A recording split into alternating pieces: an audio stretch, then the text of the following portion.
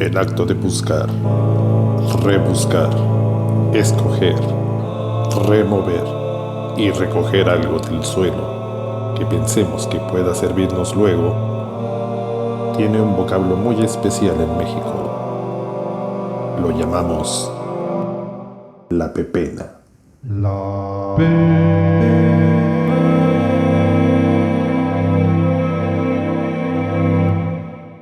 Hola, ¿qué tal? Saludos desde el futuro.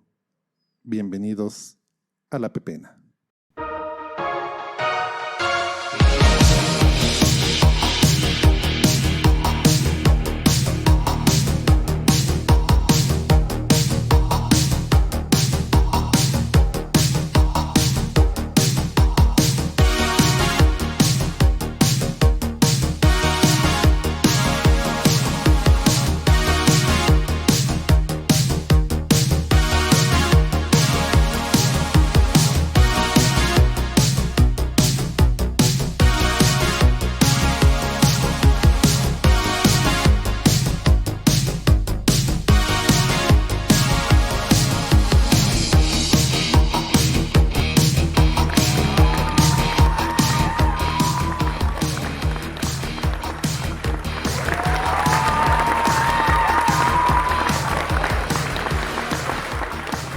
Hola, ¿cómo están? Bienvenidos a un nuevo episodio de La Pepena, el show donde nos ponemos a platicar de cualquier cosa que encontramos tirada en la calle y que la llevamos hasta sus últimas consecuencias. Este capítulo es rarísimo porque es un capítulo que es la segunda parte de un capítulo que no terminamos, pero ahorita vamos a platicar un poco más sobre ello. Y lo primerito que voy a hacer es que le voy a dar la bienvenida a la licenciada y maestra y la co-host de este episodio en particular, mi queridísima Patricia Bosques Brugada. ¡Ea! Aquí andamos, aquí andamos. Nada que ver con Clara Brugada, porque lo estaban preguntando. O sea, supongo que sí, pero no que yo sepa. Sí, no, digamos que no están bien establecidas esas, esas conexiones, no. Esas conexiones. ¿Me Sí, puedes claro. presentar como interventor de la Secretaría de Gobernación? Por favor. ¿Cómo no? Todavía existe eso, sí, ¿verdad? La A todo persona sorteo. Sí, bueno, y si Sí. no, Todo sorteo, Oye, yo estaba pensando que tú a mí sí me puedes presentar como la ganadora del melate. Yo sí me gané. ¿Tú te ganaste el melate? ¿Cómo Sí, crees? Digo, me imagino que como tercer. sigues trabajando, pues no fue un gran premio. Digo, sin ánimo de hacerle creer a alguien que nos esté escuchando que soy millonaria, ¿no? Pero sí me gané 1,250,000 pesos de los viejos pesos. Ah, de los viejos. Ah, bueno. De los viejos. Sí, no. Pero pues sí me ¿Cuántos años tenías? Como 13. No, pues no estaba nada mal, ¿eh? O sea, No sí, estaba nada mal. Sí, una lanita. Sí, Yo creo que sí. ajustada a la inflación sí son como 100,000 pesos ahorita, ¿fácil? No, yo creo que unos 25 aprox. Ah, buenísimo. ¿Y qué hiciste con la lana? Sí, se Pues puede hay que saber. preguntarle a mi papá. No, bueno, pues mi papá se quedó. Eras actriz infantil. Sí, mi Entonces papá, viste nada de tu mi dinero. papá se quedó con 20,000 pesos, mandó a hacer arreglos de casa, coche, nos fuimos de vacaciones y a mí me dio 5,000 pesos y lo gasté en ropa, tenis y cosas de niña de 13 años. claro, y un reintegro, ¿no? Sí, sí, también. Sí, seguíamos jugando. No hay nada más optimista en el mundo que comprar un reintegro. Exacto. Bueno, voy a Ok. presentar rapidísimamente, ya que además es la segunda parte, se supone que estamos familiarizados con nuestros amados invitados. Voy a presentar al interventor de Gobernación que viene a dar validez de la legalidad Veracidad. de estos juegos. El ganador del Emmy, Patricio Beteo. Ya deberías tenerlo ahí nada más para que se asomara. Sí, gracias, un gusto estar esta noche. Patricio Beteo sí tiene un Emmy, no es un chiste, no es un O running sea, un joke del zapato programa. Emmy. Sí, Ah, no, claro. o sea, sí tiene un Emmy. Es su hijo, se llama Emilio. No es cierto. No, sí, ganó un Emmy, ganó un Emmy por su participación en Sex, Love and Robots. Sex, and love. Robots. Love, Sex, and Robots. Love. Sí. A ver si le subiste la clasificación.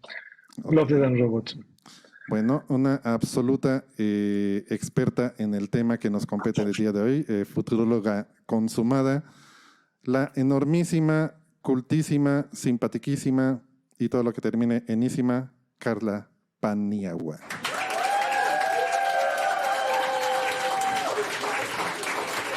Articuladísima, articuladísima.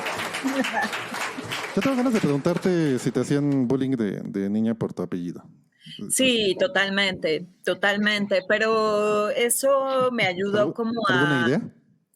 pues, mira, a ver, se los voy a decir tal cual. Cuando era niña me decían pan y leche, sobre todo, pancito y agüita, y Ay, qué cosas ñoñada. súper. Eso habla más de los que decían los apodos que de ti, fíjate.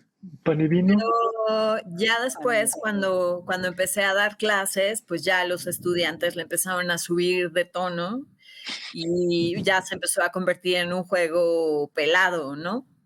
A mí siempre me ha dado mucha risa y cuando investigué sobre la genealogía del apellido, que supe que los Paniaguados son como los favoritos del rey, pues, o sea, nunca he tenido problema con eso, pues muy tempranamente a mí misma me dio risa apellidarme así y con el tiempo, cuando investigué de dónde venía el apellido, pues me hizo todavía más gracia, entonces no me causa... No importa cómo te apellidas, siempre va a ser mejor que apellidarte Pérez. Bueno, vamos a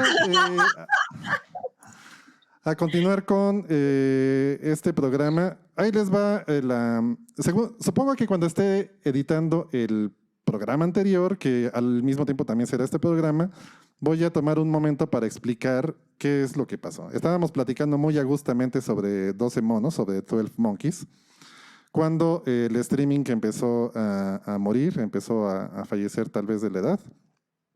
Y entonces pues nos tuvimos que despedir de manera un poco intempestiva e imprevista.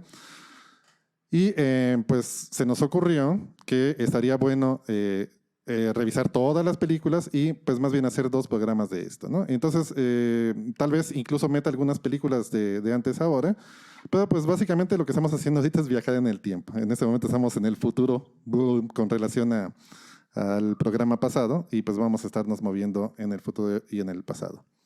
Antes de que se fuera la luz antier, más bien, estábamos hablando de un peliculón que vamos a tener que repetir, pero pues que es una gozada repetirlo todo el tiempo. Es un peliculón que es la única película que habla sobre viajes en el tiempo de las que tenemos acá. Es una película de Terry Gilliam y que está estrenada. Yo me acuerdo muy bien cuando la vi. Sí fue una película que tuvo alguna modita cuando yo estaba estudiando la universidad. Y se estrenó en 1996 y se llama 12 Monkeys, 12 monos. Bueno, esta es una película, por supuesto, es una película de Terry Gilliam. Es una de las 2 películas que yo puedo recordar ahorita futuristas de Terry Gilliam, siendo la otra Brasil, que también es muy valorada. De hecho, una de las cosas que comentábamos la vez pasada es que si 12 monos es rabiosamente noventera, pues Brasil es rabiosamente ochentera, ¿no? Incluso hasta en términos de banda sonora y demás. Y pues yo le tengo mucho cariño a esta película. Me acuerdo que incluso fue una de las películas que me animó incluso a ver otro tipo de cine, a ver La Jetée, que es la película en la que está vagamente basada esta película, y pues ya de ahí me pasé un poco a ver un poco más de cine francés, etcétera. O sea, sí fue una película de apertura para mí en su momento. Fue un golpetazo para mí en ese entonces. Yo me acuerdo que ya tenía algunas películas Brad Pitt, me acuerdo, en ese entonces. Ya habíamos visto ya, por ejemplo, Leyendas de Pasión, ahorita no me acuerdo cómo se llama en inglés, y vimos Interview with the Vampire, ¿no? Era un actor emergente, famoso por ser muy guapo, ¿no? O sea, por ser muy, muy apuesto. Y en un final inesperado también. Ah, claro, siendo un final inesperado de Ridley Scott, que es otro director del que ya hablamos hace un poquito. Esa película se llama Tell Me Louise, pero en México En México decidimos que era un mejor título ponerle un final inesperado para que se entendiera bien. Y sí, ahí salió un jovencísimo Brad Pitt, ¿no? Sí. Justamente luciendo pectorales y Sí, toda con la cosa, sombrero ¿no? vaquero, güey, sí. Sí, un pecho perfectamente delineado Calla, calla, y calla. rasurado. Arr. Sí. Bueno. El caso es que justamente fue en esta película donde yo diría que se reveló como un actorazo. Fue nominado al Oscar en esta película como actor de reparto y además fue una nominación que tardó mucho tiempo en volverla a obtener. Y es una película de esas primeras en las que además se disfrazó de feo, ¿no? Es una interpretación magistral. Y también tiene la interpretación de Bruce Willis, que es un actor que es muy fácil darlo por sentado. A mí me parece un gran actor cuando está bien dirigido. Lo que pasa es que tiene la costumbre o tenía la costumbre, porque ahorita ya está retirado, tenía la costumbre de agarrar unas películas, pues de repente feitas, ¿no? O seguramente tenía gastos fijos por $20 millones, y entonces tenía que pagar esas cuentas. No, y cualquiera se distrae mucho con Demi Moore, ¿no? Yo creo. Sí, también. Sí. Aquí no sé si aquí seguían casados. Eran casados muy poco tiempo en realidad, aunque todavía se sigue recordando. Y bueno, esta película es enorme, habla sobre todo de hecho se ve muy poco del futuro, en realidad se ve sobre todo el presente de aquel entonces, un poco del pasado, pero el futuro es también una especie ahí como de mazmorra, están en el subsuelo, están escondidos en el subsuelo, escondiéndose de un virus, de una pandemia, fíjense ustedes por dónde. Pues Bruce Willis es mandado a... Sí, bueno, me comenta Carla que seguían casados, que se divorciaron en el 2000. Para mí me han contado mis fuentes que se peleaban mucho en este entonces. Me llamaban y todo. Era su paño de lágrimas. Sí, pues, alguien lo tiene que hacer. Sí, estaban escondidos, digamos, de una especie ahí de virus que alguien había liberado, ¿no? Y pues van a Bruce Willis a investigar por qué fue y por qué pasó. Y pues lo mandan al pasado, a nuestro presente de ese entonces. Y pues para, digamos, desenvolver un poco eso. Y pues ahí lo encuentran que está loco, ¿no? Que eso también es interesante, ¿no? El asunto de lo que es realidad. El mismo Bruce Willis tiene un viaje en el cual él mismo se pregunta si es cierto. Y de hecho, él en un momento él escoge sí estar loco para que la realidad no sea cierta, ¿no? Para que esa cosa tan horrible que va a pasar en el futuro, pues en el fondo no sea cierta. Bueno, lo cual le da cierta credibilidad a la película, ¿no? Porque si tú te encuentras ahorita alguien que te diga que viene del futuro, pues sí dices, no, pues sí está medio pirado, ¿no? O sea, no es tan fácil darle credibilidad por más que lo intentes. Y es el antihéroe total, además, porque el pobre hombre viene de ser un recluso, ¿no? Un preso. Lo mandan al pasado como una especie de castigo prácticamente y lo meten al psiquiátrico, ¿no? Entonces, bueno, pues es inevitable sentir simpatía por el pobre hombre, ¿no? Sí, y que desaparece, ¿no? De hecho, hasta el final la protagonista, la chica, no me acuerdo cómo se llama el personaje, la actriz se llama Madeleine Stowe. Y hasta el final ella sigue pensando que está loco hasta que se lo vuelve a encontrar, ¿no? Digamos que lo que para Bruce Willis había sido un día, para ella habían sido varios años, ¿no? Porque desaparece del psiquiátrico. Bueno, Pato, tú escogiste esta película, de hecho. Sí, yo la escogí. De hecho, hablando de la filmografía de Terry Gilliam, ya a estas alturas tiene, me parece, 3 películas futuristas. Hay una película creo que es 2013, 2012, que se llama The Zero Theorem, con Christoph Waltz. Sí, es verdad. Bueno, siendo 12 Monkeys, digamos, la segunda de esta trilogía de películas futuristas, y que bien podría ser Brasil como una favorita popular. Mi favorita personal es 12 Monkeys. Tiene algo eh, estrictamente noventero, a lo que no me puedo resistir, ¿no? Tanto de mi propia experiencia con la película como con la misma estética. Tiene una estética el pasado es muy steampunk, me recuerda a la ciudad de los niños perdidos, de, de Genet, ¿no? De Jean Genet. Sí. Creo que es Marc Caro y Genet, que son los dos que hicieron también Delicatessen, me parece, ¿no? Entonces, bueno, pues digo, ya tiene ese gen visual que tiene como el rollo steampunk. Y bueno, yo creo que es imposible no pensar en el final de la película como uno de esos finales que te dicen, tengo que volver a verla, bueno.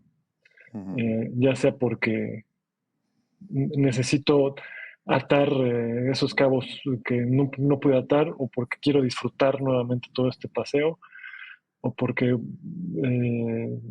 era algo que se estilaba en los 90s, que cuando una película te gustaba mucho, más que meterte a Reddit para ver explicaciones de los demás, es invitar a tus cuates a verla contigo otra vez, y tú la ves 2 veces, y ellos la ven la primera vez, y tú ya te la sabes, y ya tienes alguien con quien discutir. Y entre todos pelearse al respecto. Exacto. Eh, Cuéntanos, Carla, o tú, Pati, ¿no? Quien quiera, ¿cuál ha sido su experiencia con 12 monos? 12 monos corresponde a una etapa que añoro mucho. Cuando la vi estaba en la universidad y fue un año en el que mi alma mater, la UAM, estuvo en huelga, para no variar, pero estuvo en huelga muchísimo tiempo. Y estaba cursando trimestre de cine con una profesora extraordinaria, Yolanda Mercader, y ella, la verdad es que tuvo un gesto muy generoso porque nos dijo, pues, o sea, es una mujer que genuinamente da clases por placer, ¿ok? No por plata. Entonces ella dijo, pues, si ustedes se comprometen a venir a clases, yo les doy la clase. O sea, estaba cerrada la universidad y tomamos un curso completo de análisis del lenguaje cinematográfico en la Alameda del Sur. Y fue una etapa extraordinaria, ¿no? Como de entregarnos a fondo y con total pasión y minuciosidad al análisis de diferentes películas, y Cinépolis está justo enfrente. Ya en ese tiempo ya existía Cinépolis de Villacuapa. Entonces era tomar clase en la mañana y después irnos al cine. Íbamos al cine casi diario.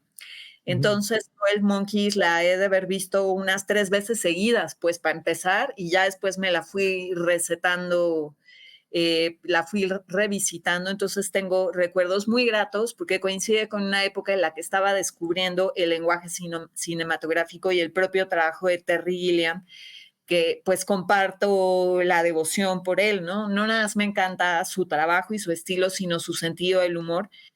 Desde que estaba en Monty Python, etcétera. O sea, todo su trabajo me parece soberano, increíble, ¿no? Y además me encantan todas las historias que hay detrás de sus películas, que siempre arma un desmadre con el presupuesto, se pasa del presupuesto y es como él mismo es como todo un personaje estilo el barón Munchausen, ¿no? Entonces... Debe ser divertidísimo para sus productores cuando se pasa del presupuesto. Debe ser horrible para sus productores. Digo, me desvío ligeramente de la pregunta que ha hecho Patricio, pero seguramente recuerdan todo el relajo que fue filmar The Man Who Killed Don Quijote, que finalmente la hizo hace relativamente poco, pero después de estar batallando y de hacer más de un intento infortuito Pero pues sí, como 20 años tratando de hacerla, no sé, una cosa así. Exacto, ya después de que ya le había pasado de todo y ya hasta había salido una película acerca de la película que no hizo. Claro. Entonces, digamos, por todo, le tengo aprecio a 12 Monkeys no solo por la historia y porque es una lección de cine y de actuación, sino por lo que representa en relación a lo que ocurría en ese momento de mi vida. Y además mencionando, digo, así rápidamente, temas sobre Terry Gilliam y sus producciones. Creo que 12 monos tiene como algo menos artesanal que la mayoría de sus películas. Es decir, está pulida de manera en que no se lee tanto esa mano que tiene como un poco pues, como medio originaria del teatro o de la comedia, en la que parece que los escenarios están como medio eh, como fabricados un poco como a la orden de simular que estamos viendo algo, ¿no? Sí. En vez de tratar de mostrártelo así con todo detalle. 12 monos siento que no, diría que está más pulida, pero no como algo necesariamente positivo, porque el Terry Gilliam más reconocible es este Terry Gilliam en el que hasta uno puede ver como cierto trabajo como de casi como de marionetas, como de fondos móviles, ¿no? Maquetas que son como visiblemente maquetas, ¿no?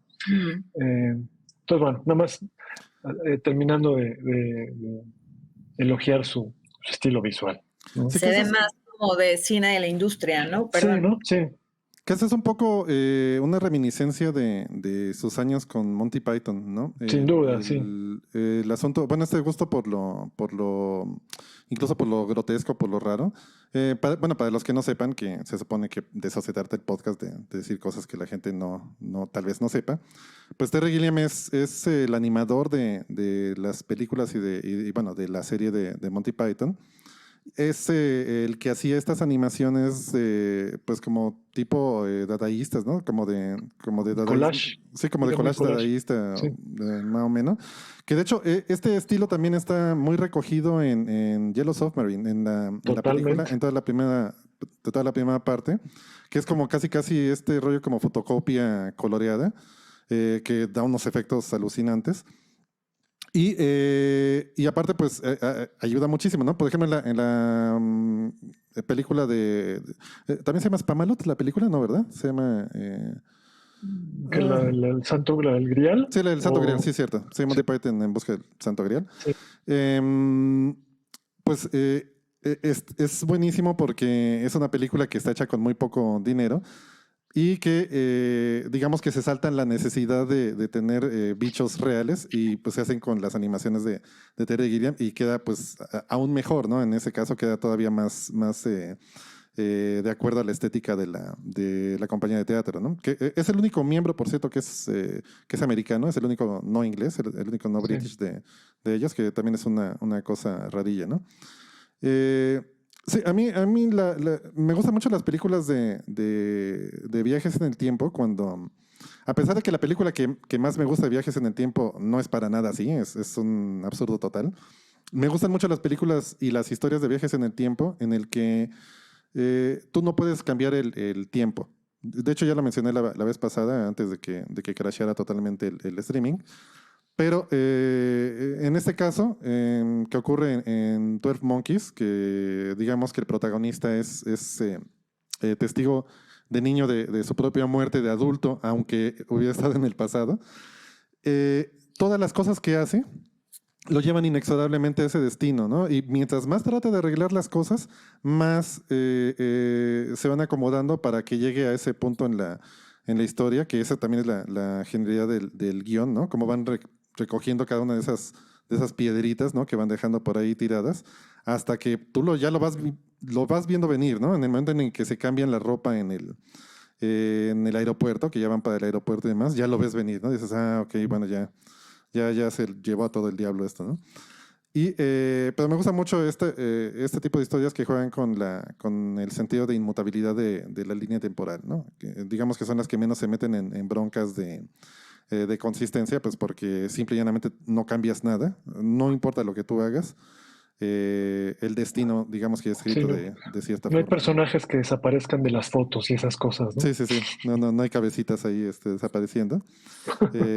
Sí, y no me malentiendan, yo esa película a la que nos referimos, yo la adoro, pero sí, digamos que esa es como mucho más consistente con esta idea de que el tiempo ya existe, ¿no? Y de que pues nosotros digamos que lo estamos percibiendo de cierta forma, pero que la película ya está escrita, ¿no? Y si regresamos en algún punto, pues se va a volver a correr la misma película sin importar lo que hagamos. Y lo que es más, mientras más intentemos hacerlo, más vamos a ser causales de la consecuencia, ¿no?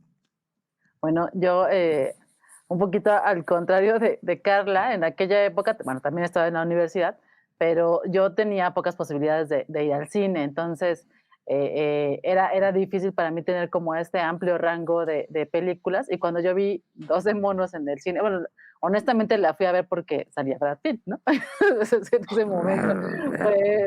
Sí. Entonces, pues llegué y no la entendí. O sea, yo a esa película en el cine no la entendí. O sea, sí, bueno, me refiero a que sí, pero, o sea, eh, ¿qué pasó aquí? Me costó trabajo como hilar, ¿no? Y entonces era lo que también comentaba cuando en el caso de Blade Runner, ¿no? Este tipo de películas que sí te requieren estar, pues de alguna manera concentrado y muy atento a la trama, ¿no? No es no es este tipo de películas que ya te dan todo muy claro, muy mira, quieres ver la clave, pero mira, te la ponen así enfrente, ¿no? Sino que sí es una película de más que requiere de un esfuerzo del espectador. Pero sí, en ese momento fue cuando dije, no, bueno, el cine está hecho de otras cosas, ¿no? Incluso también un poco me llevó a la cineteca, íbamos de la ENAM, nos íbamos corriendo a la matiné porque nos cobraban más barato, ¿no? Verlas a las 11 del día, y fue cuando empecé incluso a ver que había otro tipo de historias, no las clásicas como las que, Volver al Futuro, a la que estábamos haciendo referencia, que es pues que es como más fácil de asimilarlas. Y cuando la volví a ver, dije, sí, claro, o sea, este tipo de películas, y me quedé pensando, ¿qué tanto tendría que ver que en esa época era más la mano del director, ¿no? Incluso con eso que ustedes dicen, ¿no? Que se pasaba de presupuesto. Me parece que con el paso del tiempo y con otro tipo pues, de intereses, se ha ido restringiendo, ¿no? A lo mejor mete más la mano la productora, el productor, ¿no? Si ya no te pases de esto, o se involucran mucho con el guión, revisarlo desde antes, cuando a lo mejor en aquella época ese tipo de películas le daba un poquito más de margen a que casi que el director hiciera lo que quisiera, ¿no? También me parece que pasa eso con Stanley Kubrick, ¿no? En otra de las películas que probablemente hablemos en un ratito más. Entonces, 12 monos me pareció que dentro de lo comercial, porque se exhibía en las salas donde se estaba también el cine comercial, pues te representaba otra cosa, ¿no? Otro tipo de historias para los que no estábamos tan involucrados con el cine. Y, por ejemplo, una de las cosas que me quedé así pensando, ¿no? Es 12 monos, el título, ¿no? De repente no queda muy claro porque es como un tipo de secta, ¿no? Y ya hasta el final, pareciera que fuera la clave de la película, porque es el nombre, pero cuando o sea, todo este tipo de juegos, ¿no? Que uno está muy atento, ¿no? O sea, esperando que aparezcan 12 monos, algo, ¿no? ¿En qué momento se sueltan los 12 monos? Sí. O sea, van a convertir en monos para andar viajando en el tiempo, no sé, ¿no? Algo ahí. Y la extrañeza, te acordarás también, Patti, del soundtrack, ¿no? Que era como de bandoneón, así que parece que estás escuchando a Piazzolla, pero también como no es algo a lo que uno está habituado como el soundtrack de una película de ciencia ficción o de viajes en el tiempo, ¿no? Entonces ya desde ahí está uno a la defensiva, ¿no? ¿Qué onda? ¿De qué se trata esto, no? Sí, y más hacia a la parte de la desolación, ¿no? Con todo ese sonido y lo mismo que dicen ustedes, los escenarios así de eso. Yo creo que incluso en el aspecto de la escenografía, de la ambientación, eso es a mí lo que más me queda grabado, ¿no? Un mundo donde tienen que vivir, donde tendríamos que vivir en lo subterráneo porque no podemos estar a las luz del día, ¿no? Eso fue, como imagen, a mí es lo que más me impactó. Y eso que son pocas, ¿no? No es la mayoría de lo que corre en la película. Sí, de hecho, este rollo de que el personaje, no me acuerdo, ya es casi un tropo, ¿no? Este asunto de que el personaje se regodea con las cosas que nosotros no tenemos por sentado, ¿no? Una cosa como, por ejemplo, el agua limpia, el aire puro, ¿no? Me acuerdo mucho de Soylent Green, de esta película con Charlton Heston, que abre la llave del agua, ¿no? Que para él es una cosa así como totalmente ajena, digamos, para gente millonaria, que abre la llave del agua y de hecho sale agua, ¿no? Y el agua está limpia. Que son cosas que nosotros todo el tiempo damos por sentado, pero pues que son grandes logros de la ingeniería y de la humanidad. Y algo tan sencillo que es gratis además, ¿no? Que es el respirar aire puro, ¿no? Respirar el aire no guardado y que para para Bruce Willis es exquisito, ¿no? Que saca la cabeza por la ventana. Sí, esa es una noción muy poderosa, ¿no? Es una imagen muy, muy poderosa, pues porque básicamente es lo que no nos pensamos, ¿no? Sí, claro que en Soylent Green que le dan una manzana a Charlton Heston y es así como la manzana, ¿no? Es como comer fruta en Japón, ¿no? Digamos, es un artículo de super lujo. Sí, brutal 12 monos. Sí, mucho que decir. Ya para cerrar, para cambiar de película, solamente mencionar que recomendar que vean La Jetée. Yo sé que aquí seguramente ya todo el mundo ya la vio, pero recomendar a nuestros queridos escuchas que vean La Jetée, que es la película, no me gusta decir que en la que está basada esta, porque no, tampoco es tanto eso, sino es la película que precede esta. Y que es una película muy interesante porque es una película que casi no es película, en el sentido que no se mueve, sino es un diorama. Entonces tenemos este experimento de encuerar totalmente los elementos dramáticos del cine, al grado que, pues, básicamente lo que vemos son fotografías fijas, muy buenas fotografías, por cierto, algunos efectos de sonido, y es un cortometraje, de hecho está en YouTube, y es un cortometraje que se ve, es un mediometraje, le dirían antes, en duda 30 y tantos minutos, y que se ve en un ratito, y es una obra de arte rotunda. Bueno, pues vamos a empezar otra vez con el asunto de las manos santas. Voy a dejar una película hasta acá abajo y voy a quitar 12 manos del sombrero. Y voy a pedir a mi queridísima Carla que escoja un número del 1 al 4. Pues mi mano no es para nada santa, a ver cómo nos va. Yo escojo el 3. El 3. Ah, oye, aquí hay mano negra durísimo, ¿eh? O sea, siempre escogemos las películas que tú escogiste. Bueno, esta es una película muy interesante. Está dirigida por Vincenzo Natali. Supongo que es Vincenzo Natali. Sí. Y es una película que fue un total fenómeno en los 90s. Es una película además independiente, muy independiente, que está basada en una premisa muy, muy sencilla, pero al mismo tiempo muy complicada. También es una enorme película. Es de 1997 y se llama Cube. Y pues la premisa inicial es que cualquier persona, tú, cualquiera, de repente se despierta como si estuviera en medio de un sueño, así de la misma manera como nosotros no sabemos en los sueños cómo llegamos a esa situación. Así estas personas de repente se despiertan, se encuentran en una situación en la que están encerrados en una especie de celda que parece ser un cubo, ¿no? Parece a todas vistas ser un cubo, y que está conectada por los 6 lados con puertas. Y te encuentras a tus compañeros del sueño, porque es totalmente pesadillesca esta película, es muy onírica, ¿no? De hecho, hasta la misma premisa, pues es una cosa que es, digamos que no es realista, pero es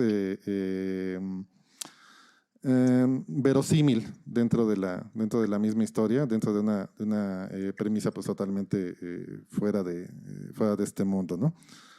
Y pues esas son las reglas de la película, ¿no? Si te equivocas de cuarto en algún momento dado, pues te espera la muerte del otro lado. Me parece alguien puso trampas ingeniosas en ciertos cuartos de este cubo.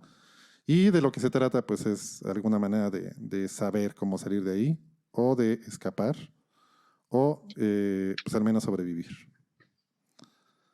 Carla, ¿por qué escogiste el cubo?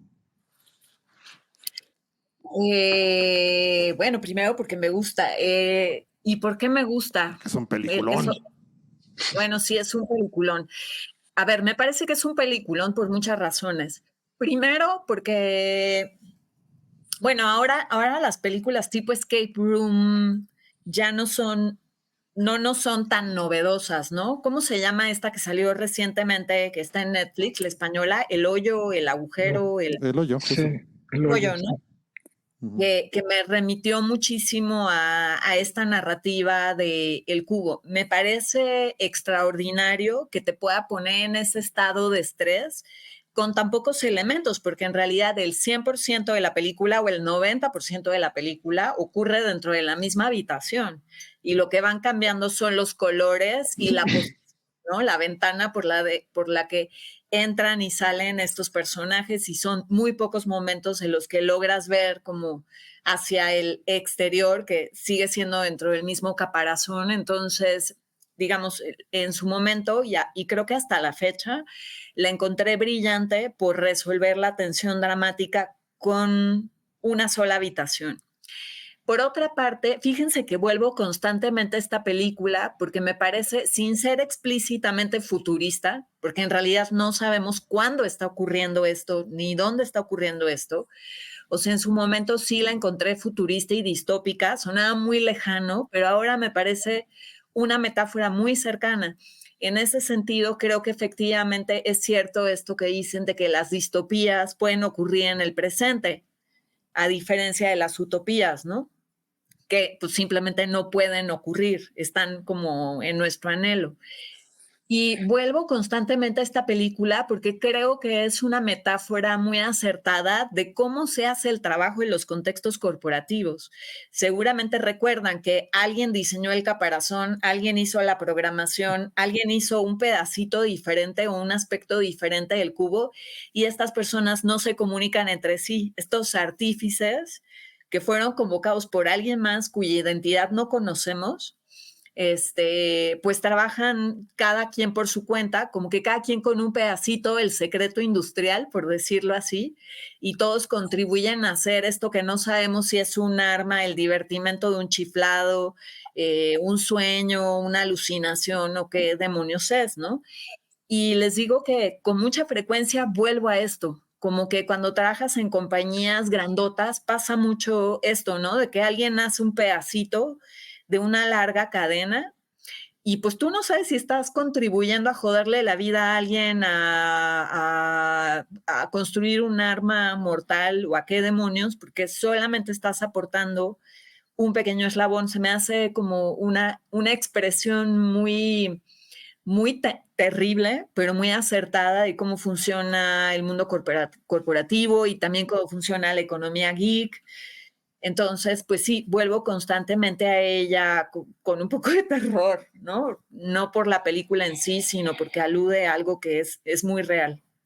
Oye, hasta el mismo Internet, ¿no? O sea, la forma en que habitamos Internet y usamos redes sociales y nos movemos por plataformas que parece que están conducidas por un ente que no sabemos quién es y que los mismos jefes tampoco están muy seguros de quién está operando, ¿no? O sea, el algoritmo es responsabilidad de alguien o de nadie, ¿no? Entonces también es como si el cubo, sí, exacto. Si el cubo de la película, pues sí fuera una especie de algoritmo, ¿no? En que todos están tratando de escapar de él, ¿no? Veía que además, hablando de películas con esta premisa como de las trampas, ¿no? De las trampas de trampas que está poniendo un torturador invisible, ¿no? Alguien que está jugando con los personajes. Hasta en el 2004 aparece Saw, ¿no? So, Empiezan todas las películas de Saw que de alguna forma pues están retomando algo de este funcionamiento así de cómo podemos hacer que un grupo de personas la pase muy mal y se aniquilen entre ellos, ¿no? Para ver quién sale vivo al final, ¿no? Entonces, bueno, ya agarré el micrófono, pero sí, peliculón. Sí recuerdo que se me hizo así única, ¿no? Y me he encontrado con películas parecidas que me han gustado. De hecho, curiosamente, hay una película que se llama The Circle, no es el cubo, se llama The Circle, que también tiene un rollo como de concurso en el que un círculo de personas empiezan a eliminarse mutuamente.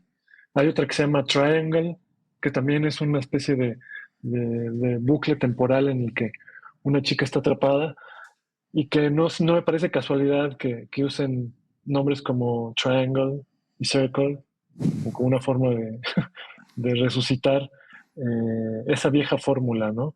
Sí, Que que te además creo acuerdas que hubo... que la segunda parte se llama Hypercube, además. Claro, Sería sí, como sí. un Tesseract, ¿no? Digamos. Iba a hablar si de la secuela o secuelas, ¿no? Ujú. Hay un remake también coreano, me parece. Me encontré en YouTube que hay un remake del que nadie ha visto y nadie habla, pero la rehicieron japonesa, Es perdón. que es de Corea del Norte, por eso nadie la ha visto. No, es japonesa, güey, perdón, antes de... Sí, por eso nadie... Está dentro del cubo, güey, ¿no? Sí, sí. No, más bien es como demasiado local, güey, ¿no? Ujú. Pero pues sí, ¿tú viste el cubo, Pati? Sí, la vi. Sí. Bueno, el otro día estaba platicando con Adrián que yo sí tengo un problema con ciertos tipos de escenas. Yo, las escenas de violencia explícita sí me cuesta trabajo verlas. Sí, soy de las que no. Si ven a alguien en el cine y ven con la mano así, soy yo. O sea, sí soy de, ya pasó. O sea, sí me El cubo tiene causa. una escena explícita en el primer minuto, además, Sí, ¿no? no, sí. A mí sí Sí, de. el prólogo es así, es alguien que hacen cubitos de carne Sí, para lo hacen caldo, sushi, pues. sí, ahí sí. Sí, entonces sí, ya de ahí ya, para mí ya me pone De nerviosa. todo es una bajada. Sí. Pero bueno, ya hablando de la película, lo que a mí en ese momento se me hizo interesante, bueno, más bien, ya reflexionando, pues que ya todos teníamos esta noción del cubo Rubik, ¿no? Entonces sí sabíamos que si había pues, movimientos y combinaciones, ¿no? Entonces era fácil imaginarse que también estaban en una fórmula dentro de un cubo que estaba y conectaba, ¿no? Y tenía un tipo de, una solución, ¿no? De una salida. Entonces eso se me hace interesante el planteamiento. Y a mí a lo que me remite era mucho esta fórmula que a veces se ocupa en otros lados, de, bueno, a ver, tú por qué, si estuvieras en una lancha, ¿por qué abogarías en que tú tendrías que sobrevivir? ¿No? Entonces, por ejemplo, aquí la chava la que sabe matemáticas, ¿no? Entonces yo digo, no, pues ya a mí ya me tuercen con eso, o sea, yo jamás hubiera llegado a los cálculos o a las deducciones que es esta mujer por ver los números. A lo mejor llego a la conclusión de que son primos, ¿no? Pero no lo hago en 2 segundos como lo hace ella, ¿no? Así de pensar y pensar un rato. A mí es esta cuestión también, bueno, ¿por qué estas personas que tienen como cierto tipo de especialización, bueno, pues como casi todo el mundo hoy en día, ¿no? Que sabemos a lo mejor más o menos de un tema, pero de lo demás ignoramos, ¿no? Y cómo dentro de su área tienen que ir diciendo, bueno, es que yo creo que es esto, yo creo que es esto, ¿no? No hay nadie, no hay un Leonardo da Vinci con el conocimiento de conocimientos para poder desatar la fórmula, que más o menos está representado ahí con la persona autista, ¿no? Porque él tiene como tal vez un espectro más amplio, o es lo que nos hacen ver. Pero a mí Él me es el queda... él es el que gana el Big Brother, digo. ¿Sí? ¿Por qué? Porque tiene mejor algo que todos los demás, ¿no? Aquí sería Sí. Survivor, ¿no? Digamos, para seguir con la metáfora del pero a mí reality. eso es lo que me hace mucho esta reflexión, ¿no? Y ahorita también abona la visión que está aportando Carla, ¿no? Estos corporativismos que, pues sí, ¿no? Son un ensamblaje de cosas que, pues ni idea, ¿no? Tú te enfocas a tu tema, a tu área y pues haces lo que, mejor lo que se supone que sabes y más es difícil de mencionar, ¿no? Lo demás. Y es interesante, digo, tal vez aquí no es para abarcar todas las secuelas, pero como si hay ahí, digo, como todo hay errores en la historia, pero sí tratan de decir, ay, bueno, esto se resuelve porque en la primera escena, en la primera película salió esto, entonces si te acuerdas, entonces ya lo conectas, ¿no? Que a veces En el eso episodio pasado del cubo. sí, Previously. es una cuestión de dificultad, ¿no? Y también, digo, yo le encuentro cierta relación, digo, no es tan elaborada como esta. Ay, se me acaba de olvidar esta serie donde tú decides hacia dónde vas en la historia. Pues la de Black Mirror, la de Black Mirror, el ajá. capítulo de Sí, ¿cómo se llama? de Bandersnatch. Sí, Bandersnatch. Ajá, sí. Sí, el tema de elige tu propia aventura, del cual también Carla tendrá algo que platicarnos en un futuro, ¿no? No, porque si no serían spoilers. Quiera Dios. Quiera duende. Como dice. Aquí somos. Pero bueno, duende. es como un detonante, ¿no? Ajá. De ese tipo de historias y me parece que tiene esa virtud. Sí, Sí, claro. aquí hay dos cosas súper interesantes que en el fondo es la misma de esta película. Que si uno lo piensa, es una de estas películas donde la maldad es abstracta, ¿no? Digamos que existe por sí misma. Y en ese sentido es muy Hitchcockiana, ¿no? Es estas películas Claro. donde la maldad, digamos que tiene una cierta intangibilidad, ¿no? Es casi una fuerza de la naturaleza. Porque digo, el cubo, pues, nada más porque sabemos que es un objeto artificial, y porque conocemos cómo son los objetos artificiales y que no estamos perdidos en una jungla, ¿no? Pero en el fondo es como de este tipo de maldad al cual nos expone la naturaleza todo el rato, que no es maldad, sino más bien son ganas de la naturaleza de matarnos, pues. Y combinado con otro elemento hitchcockiano, que es el drama en un espacio cerrado. No me acuerdo si es en las pláticas estas de Hitchcock con... se me olvidó cómo se llama el director este francés súper fregón. Godard, Truffaut. Sí, con Truffaut, sí, eso. Ok. Es un libro que aparte lo recomiendo muchísimo, está en todas partes, es un libro que está muy, muy difundido. No me acuerdo si es en ese libro, pero vale la pena comentarlo, que a él le gustaría hacer un drama bueno, hizo La Soga, ese tipo de dramas con espacios muy cerrados. De alguna manera también Los Pájaros, que comparte esta noción de una maldad que es intangible, ¿no? O sea, los pájaros simple y llanamente son malvados porque un día se pusieron locos, ¿no? Nunca lo explican, nunca dicen nada al respecto. Simple y llanamente es una maldad abstracta a la cual uno se tiene que enfrentar, ¿no? También me acuerdo mucho de la película esta de Spielberg, la película esta de Diablo sobre Ruedas se llamó en español. Que fue esta película Duelo. que hizo. Sí, Duelo. Que fue la película, gracias. Fue la película, una película que hizo para la televisión, que también, pues, este monstruo, que es un tráiler, pues también no tiene una identidad real, sino tiene una identidad prácticamente natural, ¿no? Bueno. Si te puedo sí. dar otro ejemplo también, y creo que El Cubo es la única película de todas las que hemos mencionado que cumple con eso, Sí. que es como que obedece la lógica de un capítulo de Dimensión Desconocida, ¿no? Claro, sí, que también, totalmente. o sea, justamente Twilight Zone, en todas las iteraciones que ha tenido, tienen esa misma maldad abstracta, como bien dices, ¿no? Bueno, un nieto de la Dimensión Desconocida, pues es Black Mirror también, ¿no? Que también tiene y que además es futurista siempre, ¿no? Que habla un poco sobre lo que viene después en términos de la tecnología y cuáles son sus peligros, pues todo de lo que hemos hablado aquí desde el episodio pasado, ¿no? Hitchcock él quiso hacer una película, él tenía la idea de hacer una película en un espacio todavía más cerrado que La Soga, y él tenía la idea de hacer una película en una cabina telefónica. Y esa película, de hecho, se llegó a hacer. Es la misma historia de Hitchcock, que si piensan que las películas de Terry Gilliam tuvieron problemas de development, pues esta película se tardó como 20 años en hacerse. La tuvo que recoger Schumacher, que es infame para muchas personas, este director.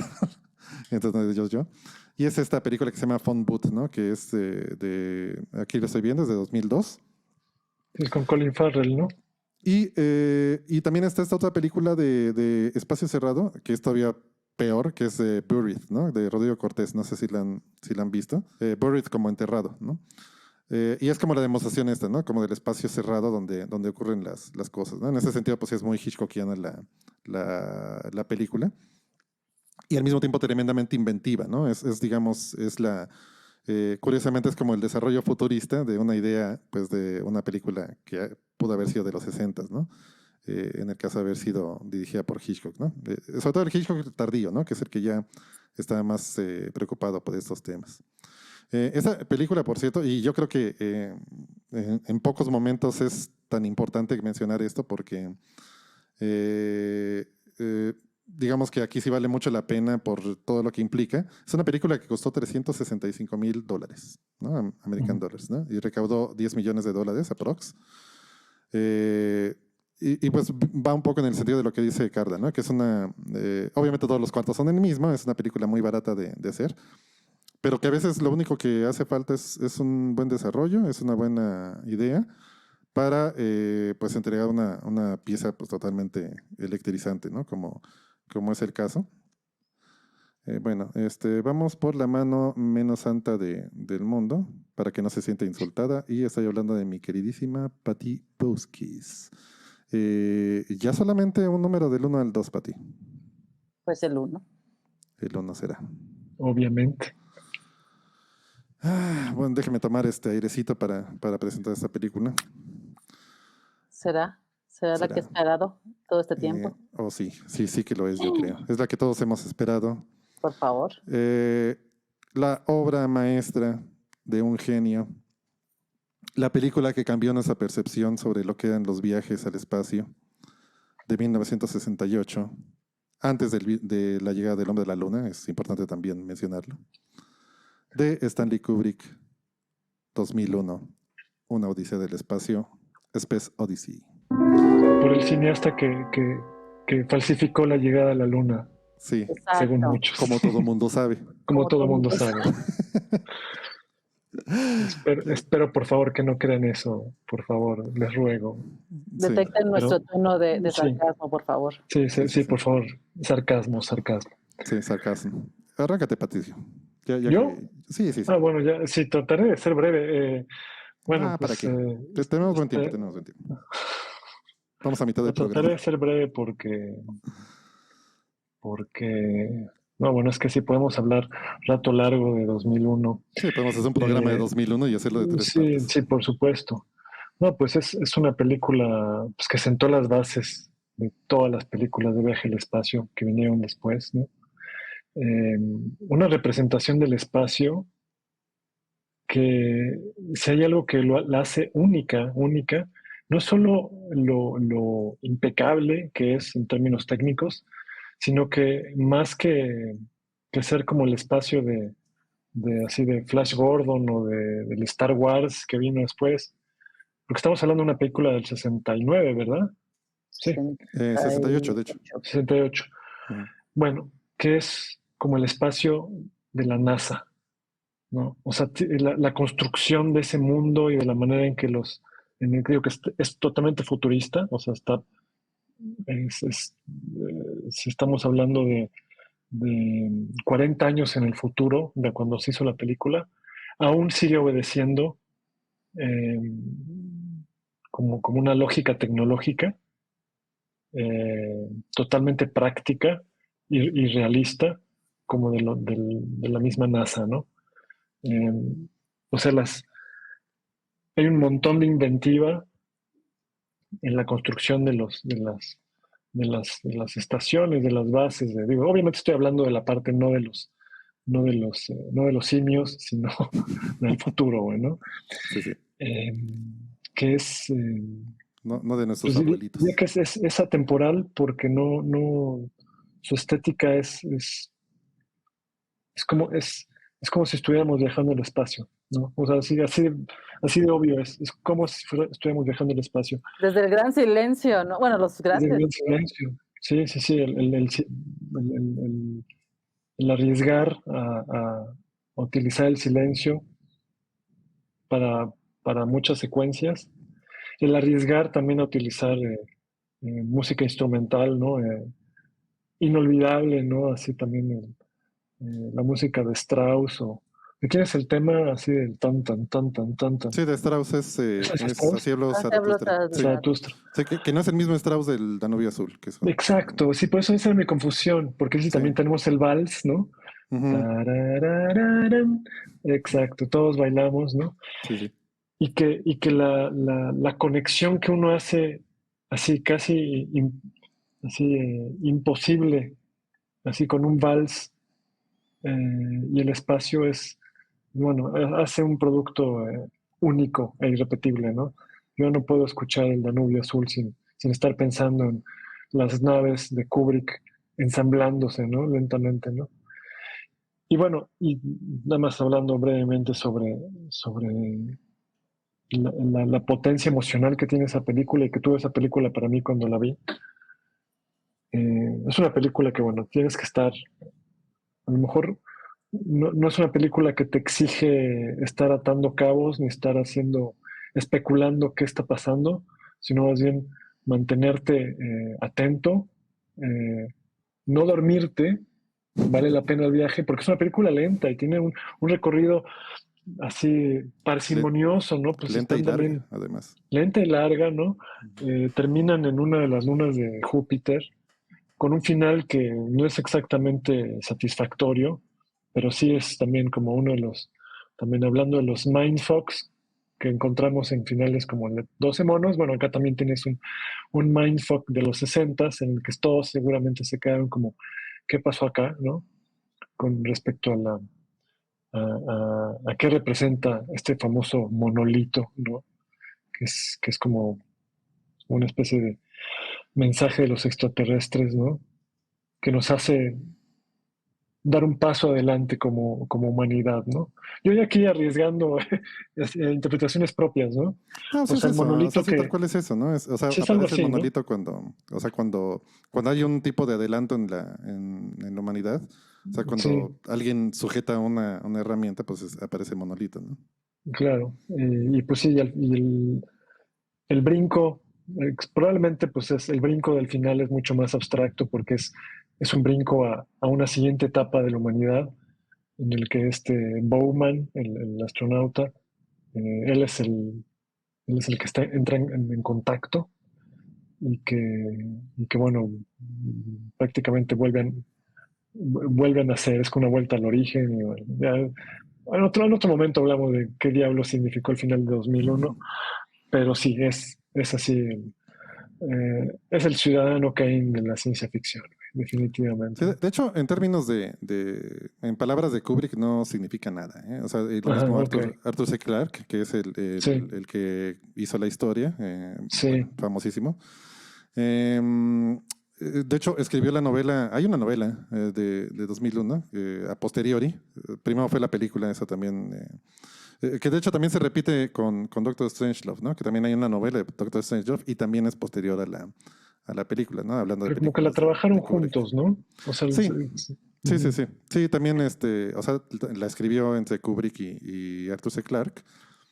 Y es una película, pues, para ser vista más que para ser entendida, ¿no? O sea, sí hay un hilo conductor, obviamente. O sea, tú se la puedes contar a un amigo, ¿no? Están los changos y después están estos, Que eran 12.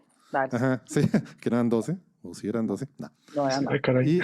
Y se van a la luna, ¿no? O sea, no los changos, sino más en el futuro, cuando ya tenemos dominada el viaje a la luna, que esa parte es deliciosa, ¿no? Que básicamente es como si fuera la primera clase de un avión, ¿no? Ujú, Cuando sí, está yendo claro. este hombre de negocios a la luna y como todas las comodidades y la manera como camina la sobrecargo, etcétera. Toda esa parte es maravillosa. Sí. Y pues bueno, ahí se encuentran el otro monolito y hasta que mandan una misión a la luna de Júpiter, se les revela la inteligencia artificial otra vez, ¿no? Ah, claro, sí. El famoso HAL, Hal, ¿no? Sí. sí, claro. Es un ícono total, ¿no? Este HAL, sí es casi, en un tiempo era prácticamente sinónimo de inteligencia artificial que se te subía a las barbas, ¿no? Claro, sí, es Y, ChatGTP, pero de los 60. Sí, claro. De hecho, lo retoman en Wall-E. Sale otra vez una especie de HAL en Wall-E. Sí. Que Wall-E también es otra gran película futurista de la cual Con mucho hablaremos silencio. seguramente Sí, también. Y también Gran mucho silencio. silencio. De la cual seguramente hablaremos en la segunda parte de Pixar. Y ya esa es la historia, ¿no? Y bueno, y al final, pues es un poco, pues magia, ¿no? Es casi místico el asunto del final. Se supone que ya la siguiente frontera. Pues ya prácticamente es una frontera mística, ¿no? Cuando pasan como todo este túnel de luces. Y pues ya es inentendible, es un poco como Interstellar, ¿no? Interstellar de alguna manera es un remake así súper hipertrofiado de 2001. O sea que son películas, Interstellar se supone que es más rigorista en el aspecto científico, ¿no? Pero también lo era 2001 en su tiempo, ¿no? De hecho se supone que los astronautas sí veían 2001 y la afirmaban, ¿no? Sí la afirmaban como, sí es eso lo que es estar en órbita, ¿no? Eso es lo que se ve o lo que se siente cuando se está en gravedad cero. Obviamente, pues ya al final, pues ya es otro boleto, ¿no? No, y también, perdón, ahorita que dijiste lo de la gravedad cero, eh, totalmente así rompedor y pionero Kubrick con finalmente contemplar el viaje en el espacio como algo que si quieres estar sentado en una silla, necesitas, o sea, sin estar amarrado a ella, necesitas algo como fuerza centrífuga, ¿no? Ujú. Para que tú puedas caminar por la estación espacial, ¿no? O sea, toda esta idea de que los viajeros en el espacio andan así, como Star Trek, ¿no? Sí, como Star Caminando Trek. como por la sala de su casa. Sí. Kubrick dijo, no, vamos a hacer una explicación y justificarlo con la fuerza centrífuga y además ideando con unas maneras maravillosas de, de simular esto y de engañar al espectador de que, de que está caminando en una dona, por ejemplo, ¿no? O sea, ya Sí, al pues de grado de... hecho, estos efectos fueron los que generaron la leyenda negra de que Ajá. Kubrick había simulado el viaje a la luna, pues precisamente porque la gente veía que un año anterior este tipo había hecho una película que se veía totalmente realista y después dijeron, ay, pues es la película, se ve el viaje a la luna Ujú. se ve igual a como la había hecho este cuate, ¿no? Se ve No, peor señores, incluso. nada más es... Claro, Se ve mejor que el porque viaje estaba a a la color. luna. Pues claro, sonsos, pues es porque está muy bien filmada, ¿no? O sea, no se les Sí. ocurrió más bien eso, ¿no? Carla, ¿eres Kubrickcita? Acabo de Em, inventar ese término para la gente que le gusta Kubrick. No lo sé, o sea, sí, por supuesto que disfruto el cine de Kubrick, pero de ninguna manera me considero una conocedora. Muy recientemente volví a ver Ojos Bien Cerrados y wow, me volví loca. O sea, Ujú. en su momento la vi en el cine, la volví a ver unos años después, pero la acabo de ver recientemente y ahí sí les podría decir que es una de mis películas favoritas de Kubrick. 2001, cuando la vi por primera vez, me dejó completamente descolocada y no supe qué hacer con eso. O sea, no supe dónde acomodarla. Me resultó extremadamente intrigante, pero me quedé así como con cara de signo de interrogación de qué hago con esto porque además, pues la leí sin mayor contexto. No, seguramente el caso de ustedes es diferente, pero yo ubico la obra de Arthur C. Clarke, pero no, en ese momento no había leído absolutamente ninguna de las novelas de la serie. De hecho, como ustedes decían, esa novela en particular le estaba escribiendo a Arthur C. Clarke al mismo tiempo que se estaba rodando la película, ¿no? Entonces, cuando la vi, bueno, ya existían las novelas y no tenía mayor contexto y yo pienso que la primera vez que la vi me faltó contexto. La segunda vez que la vi fue diferente porque varios años tuve junto con unos amigos un cineclub, se llamaba el Cineclub Primor Atómico y nos veíamos los viernes en mi casa para ver pelis y hacíamos ciclos así como ciclo de sci-fi, ciclo de cine japonés, ciclo de cine coreano, etcétera, y lo disfrutábamos mucho. Y recuerdo que esa vez ahí sí ya como en conjunto, disfrutando de la experiencia, además como que en una pantalla grande, con excelente sonido, comiendo palomitas y todo, fue algo muy gozoso y me trae muy buenos recuerdos, ¿no? Todas las veces que la he visto me parece intrigante y muy provocador el tema del monolito. Y bueno, ustedes ya lo refirieron y en el segmento, en la primera parte de esta mesa, hablamos de qué pasa con la singularidad, que es un problema que se plantea en la película y que nos sigue robando el tiempo, la energía, la atención y nos genera mucha ansiedad. ¿Qué pasa no solamente si las máquinas se vuelven súper inteligentes, sino qué pasa si las máquinas deciden ya no obedecernos? Y pues creo que ahí se aborda, entre muchos otros temas, ahí se aborda ese dilema. ¿Qué pasa si si HAL en este caso, si la inteligencia artificial decide que ya no va a ser tu esclava y te va a resolver la vida, sino que te va a dar en la madre. Entonces, digamos, en ese sentido, la película no ha envejecido, sigue planteando una serie de temas que constituyen una preocupación al día de hoy, ¿no?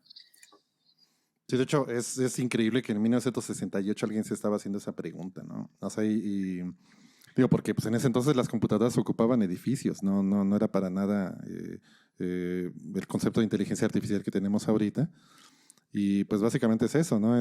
También es el mismo temor a Skynet, ¿no? Que ya desde entonces nos... Sí. Pero fíjate cómo, a propósito de esto, y con esto termino, en realidad es una preocupación muy de la época, porque la conferencia de Dartmouth en la que se habló por primera vez de inteligencia artificial fue en 1958, ¿no? Entonces, pues es una discusión que ya está, digamos, como que en boca al menos de los especialistas.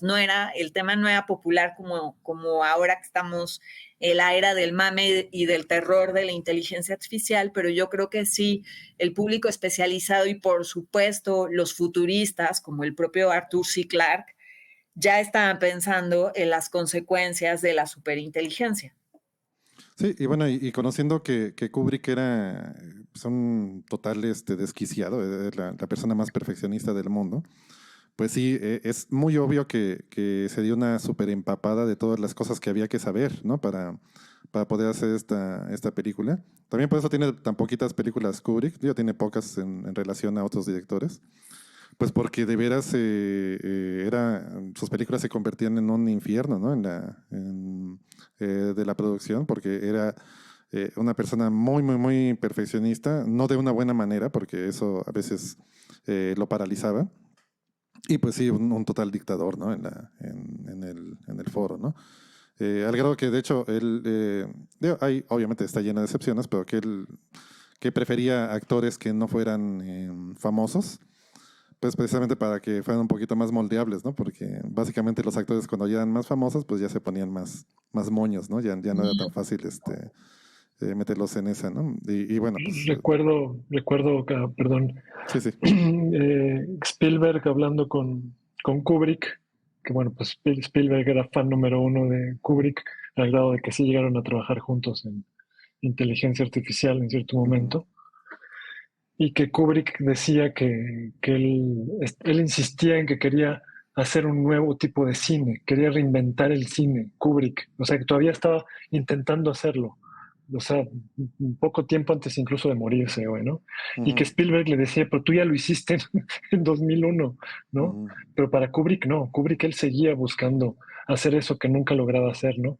No había actor que le fuera suficiente o historia que le fuera suficiente o recursos que le fueran suficiente, ¿no? Entonces, bueno, por algo es uno de los, si no es que es el director más así encumbrado como de los más grandes, ¿no?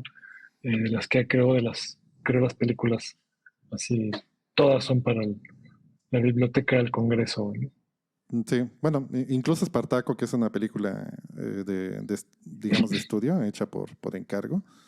Pues sí, ¿no? O sea, es su película más pequeña, obviamente, pero sí tiene todos estos rollos muy poderosos, ¿no? Pues hasta la fecha la gente sigue diciendo yo soy Espartaco, ¿no? E imitando esta puesta en escena de diferencia de planos en la que ocurre ese momento, ¿no? Una persona totalmente revolucionaria para su época. Por cierto, algunos vasos comunicantes, ya para pasarnos a la siguiente película. Ahorita que platicó Pato sobre la música, yo tengo una historia sobre la música de esta película que siempre me da risa, pero que seguramente la gente que estuvo involucrada no le dio nada de risa.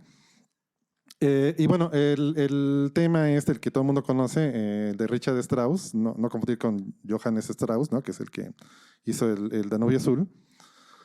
Que es el que abre la película, pues era un tema que ya estaba desde antes, ¿no? Es una obra que precisamente ilustra la obra de Nietzsche, ¿no? La obra que todo el mundo conoce. Y si se fijan, pues todos los temas que salen en la película, todos ya existen desde antes, ¿no? El Danubio Azul, etcétera, etcétera, ¿no? Ya es música que ya existe desde antes, ¿no? Y decía Kubrick que pues lo que pasa es que estaba muy complicado pues ponerse por encima de esos compositores que ya habían seguido habían ganado la prueba del tiempo, ¿no? Pero esta película sí tuvo un soundtrack, ¿no? Que es una lástima que no tengamos chance de poner música acá para mostrarlo, por asuntos de derechos y demás. Pero esta película sí tuvo un soundtrack y lo hizo Alex North, que Alex North no es también ningún desarrapado, es un gran músico e hizo música de muchas películas famosas, como Cleopatra, como la misma Espartaco, ¿no? Ahorita me acordé por eso de él. Obviamente es un músico pues, de los 60s, de los 50s y 60s sobre todo. Y Kubrick sí se aventó de ponerlo a hacer toda la película. O sea, ya incluso él sabiendo que no iba a... digamos que dejándose convencer que en una de esas iba a ocupar el soundtrack de Alex North, lo permitió que hiciera toda la película, que musicalizara toda la película, incluso las escenas que ya tenían los cues y todo. Y Alex North fue a la premiere. Fue a la premiere pensando que iba a ver su partitura en la sí, la cara de Carla, ya lo ves venir.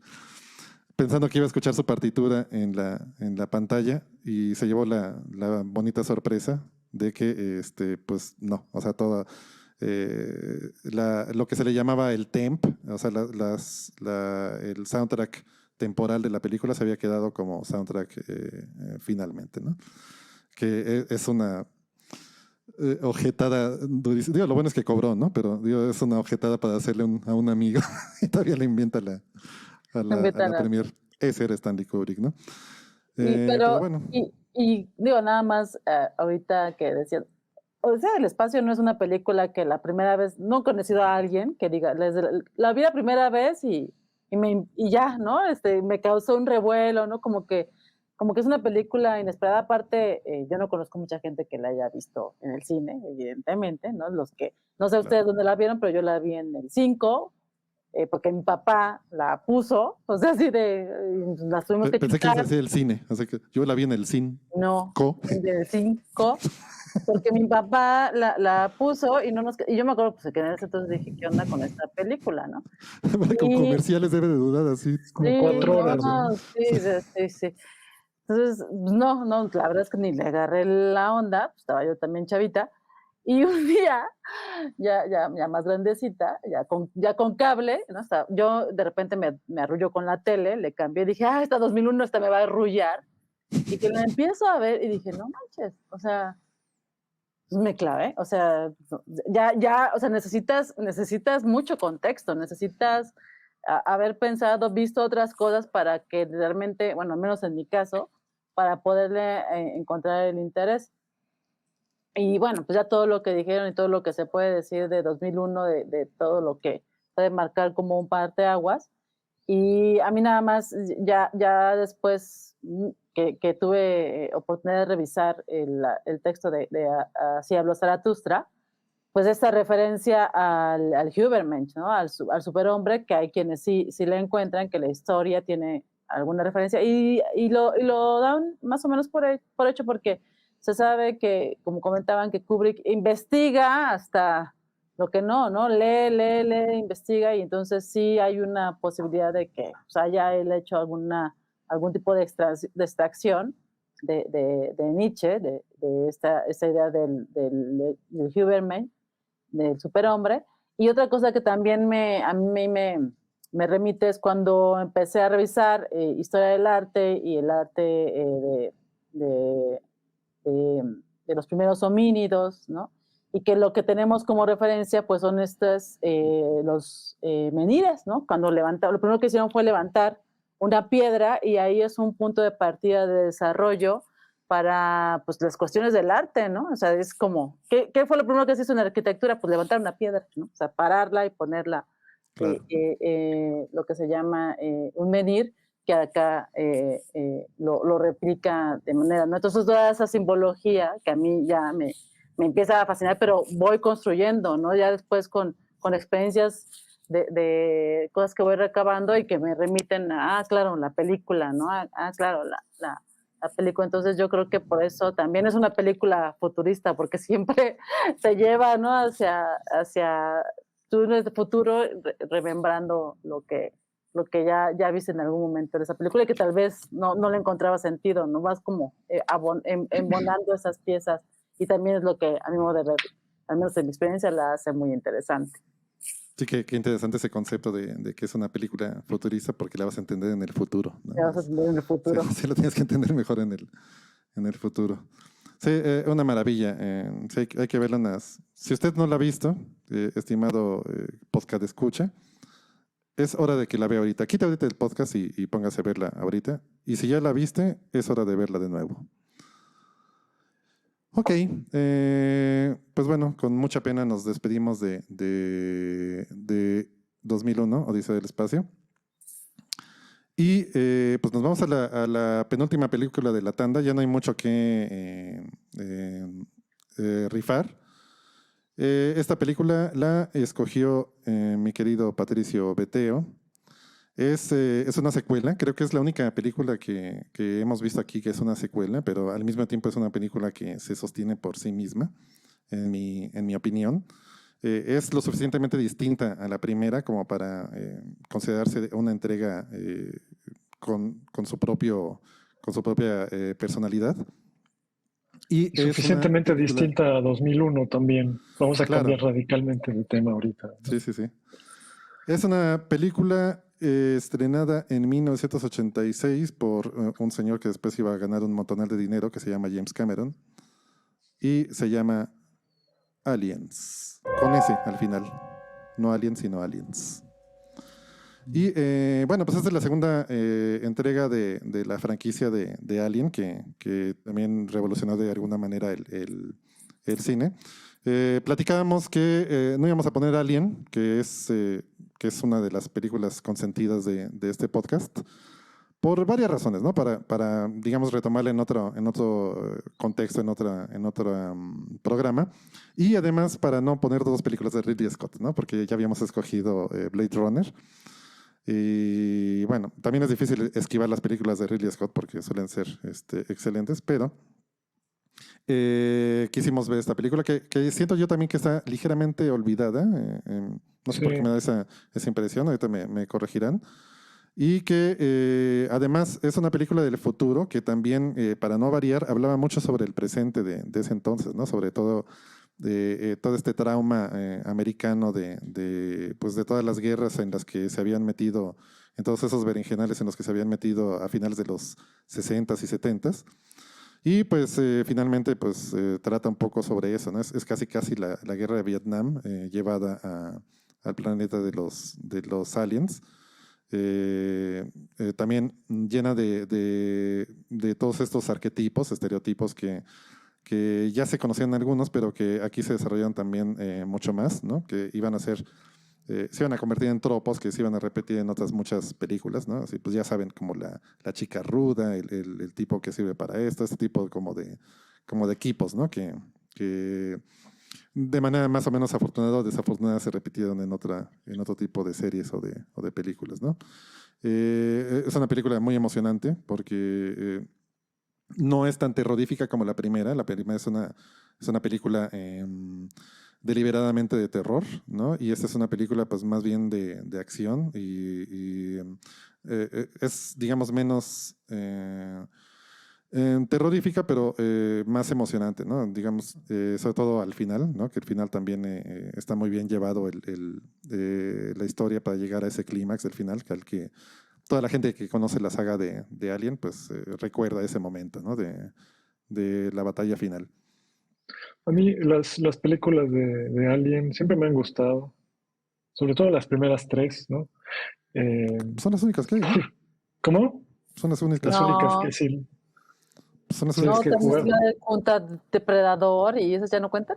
No, No, No. tampoco la de no, tampoco. La Alien 4 tampoco. Resurrección es la cuarta, ¿no? Es la cuarta, sí, pero No sí, tengo ni idea de qué nosotros estás jugamos hablando. a descartarla porque somos unos viejos necios y decimos que el canon se acabó en la tercera, ¿no?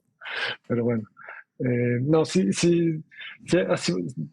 hablo de Alien, yo en mi experiencia personal, siempre hablo de Alien, de las primeras 3 películas. Como bien dice Adrián, si no vamos y no íbamos a hablar de Alien porque, pues digo, al final es otra película de Ridley Scott. Sin duda, esa es la obra maestra, ¿no?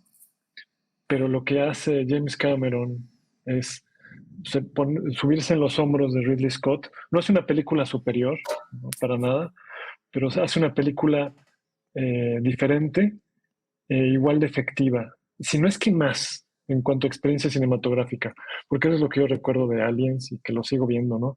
Que es una película eh, muy que se deja ver, se deja ver porque recurre a todas las fórmulas que, bueno, han hecho millonario a James Cameron, ¿no? De una buena película de acción, ¿no? Y con todos los vericuetos y sin sabores y como tropezones que tienen los héroes, ¿no? Que además yo pensaba como el funcionamiento de Aliens como historia es como todo valió madres bien cabrón al mero principio, ¿no? Por eso van a mandar a los Marines a acabar con la amenaza. Cuando pues ya vieron que pues un solo alien mató a 7 pasajeros en la primera película, bueno, pues ahora un grupo de Marines va a ser puré a los aliens, ¿no? Y bueno, resulta que sucede lo contrario. Entonces también vale madres todo bien cabrón otra vez, ¿no? Los aliens hacen puré a los Marines. Es casi una especie de burla sobre así lo que el poderío y el así imaginario bélico iba a lograr.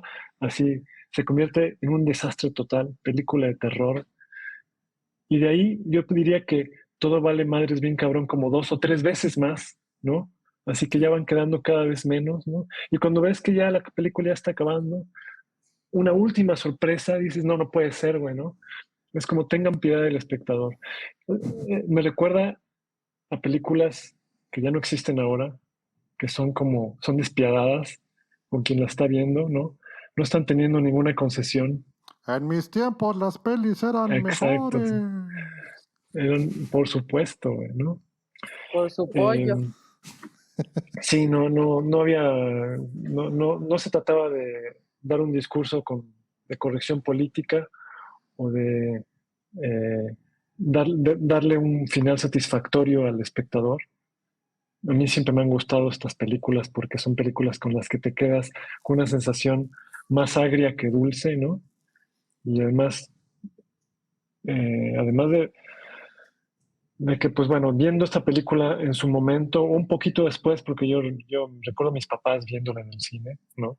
Yo luego la vi en video, encontrando pues como tú dices, Adrián, con esta palabra que usas, tropos, ¿no? Que James Cameron le salen muy bien, ¿no? Como personajes femeninos muy fuertes, muy bien escritos, ¿no? Es una película en la que pues hay mujeres por todos lados, incluida la madre alien, ¿no? Que es como Claro. parte del gran clímax de la película, es así. Sí, de hecho, la pelea final, pues es así, es mujer contra mujer, ¿no? Mujer contra mujer, ¿no? mujer. Y sabes, y Adrián, yo me reía hoy porque también hay algo que tiene Aliens que también es parte de nuestra propia filosofía, así como catastrofista, que nos reímos, es el game over, man, game over, ¿no? Sí, Sí, justamente. cuando Bill Paxton dice game over, man, game over, es así cuando las cosas podrían estar mal, pero no podrían estar peor, pero bueno, todavía falta la mitad de la Sí, película, sí, bueno. no podían estar peor. Espérate tantito. Espérate tantito, ¿no? Que todavía falta como Entonces, media hora para bueno, que pues sí termine es esto. un poco, eso es un poco de lo que a mí me ha gustado de Aliens, y pues que una película muy bien hecha, y pues pinche James Cameron, pues sí, sabía lo que hacía, y pues tampoco íbamos a meter a Terminator o las Terminators en este conteo, porque pues también esas fueron de otros programas. Y para viajes en el tiempo también, creo Para creo que viajes en el tiempo. vale la pena guardarlo, ¿no? También. Y pues sí, Que, como decía Carla, perdón, ya para sí, sí, terminar, pues sí, sí, sí. también de lo que se trata es de películas que te gustan, ¿no? Y que tienes como, yo diría, más que de las mejores películas futuristas, son más bien como las películas que te llevarías a la isla desierta, ¿no? Yo creo que Claro. esto es como Esta película, hablando de cosas que salen mal, yo sí lo recuerdo como una cosa que a mí sí me pegó feo de chico. O sea, olvídate de aliens así grandotes de la reina madre, etcétera. Al principio de la película te reciben con una patada en el estómago, que es que Ripley, pues se le durmió el gallo, ¿no? Entonces estuvo dormida 50 y...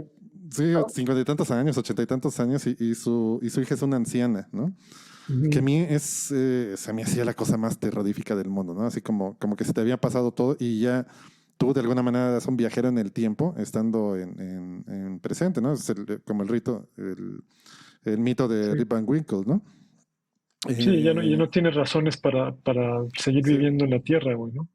Sí, y es así como que es casi como otra vez lo que decíamos el otro día, no me acuerdo en qué película, pues en Terminator justamente, también de James Cameron, te digo que nos odia.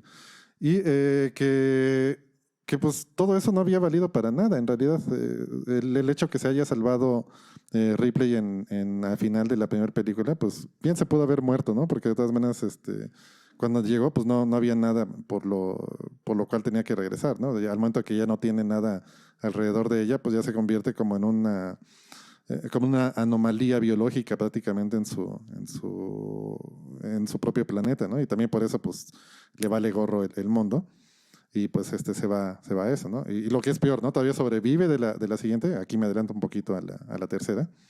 Sobrevive de la siguiente y todavía en la tercera otra vez le vuelve a pasar una cosa muy parecida, ¿no?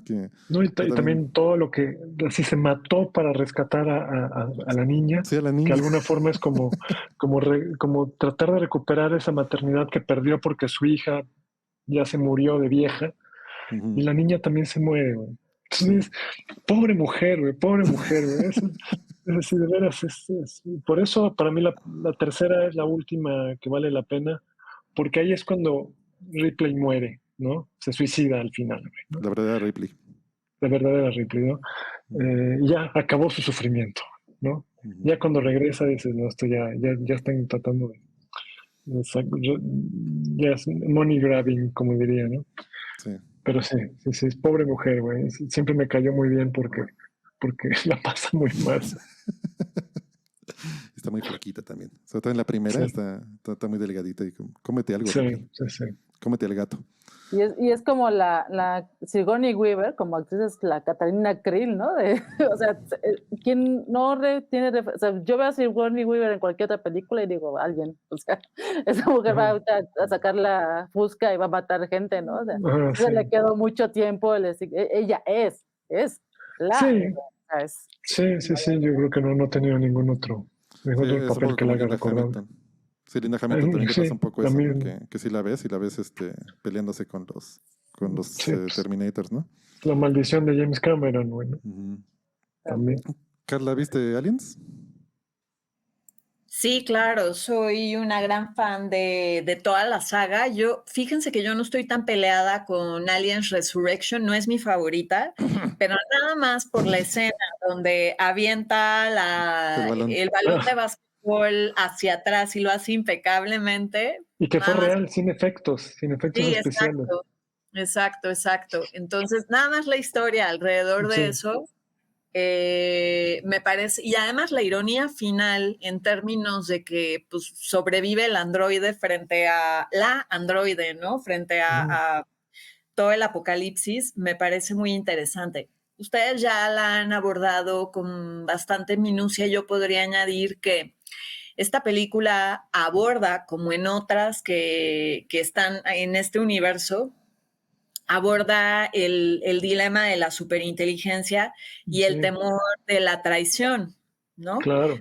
Este personaje inolvidable de Bishop, que es justamente este esclavo, ¿no? Que está ahí para resolverles cosas y termina traicionando a los humanos. Entonces, como ven, es un leitmotiv que atraviesa muchas películas de ciencia ficción, sobre todo en una situación en la que estás en el espacio, no tienes a dónde huir y pues resulta que quien debería ayudarte te está jugando chueco, eso no deja de ser muy interesante, ¿no? Y bueno, yo siempre me he dicho que toda la saga de Alien ocurre porque no le hacen caso a Ripley, porque ella desde el principio dice, no suban a los bichos esos a la nave y después cuando ocurre la emergencia, ¿no? Y se le pega al mono ¿cómo le llaman a esto? El facehugger. Ajá, el Sí, el facehugger. facehugger. Ella dice, no lo metan a la nave, hay que descontaminarlo y no sé qué, y nadie le hace caso. Entonces, todo el desvergue que ocurre es producto de que no le hacen caso a la teniente, ¿no? Que además ella es responsable de la seguridad de todos, pero justo por romper las reglas y no escuchar a la más juiciosa de la tripulación, ocurre una saga que termina con la humanidad destruida, y eso me parece muy aleccionador, me parece food for thought, amigos. Claro. Quiero recordar que es John Hurt, ya lo habíamos comentado en el 84, que siempre recordaremos a John Hurt como la primera víctima del alien. Apellidado Hurt. Ahí sí, la curiosidad mató, no al gato, a John Hurt, ¿no? Porque ¿qué tienes que andar ahí yendo sin tomar las mínimas medidas de precaución que tienes que ir a meter la cara donde no te llaman? Pero y perdón. Por eso se contagia el COVID. Así empezó, bueno, eso empezó por una sopa de pangolín que alguien se comió, ¿no? Pero pues eso, pangolín. Una ramen de pangolín, sí, claro. Es casi lo mismo, el pangolín y el facehugger, pues ahí está. Bueno, todo está ahí. Yo nada más, digo, sin afán de crear una polémica así exhaustiva, ya lo voy a sacar, ni modo.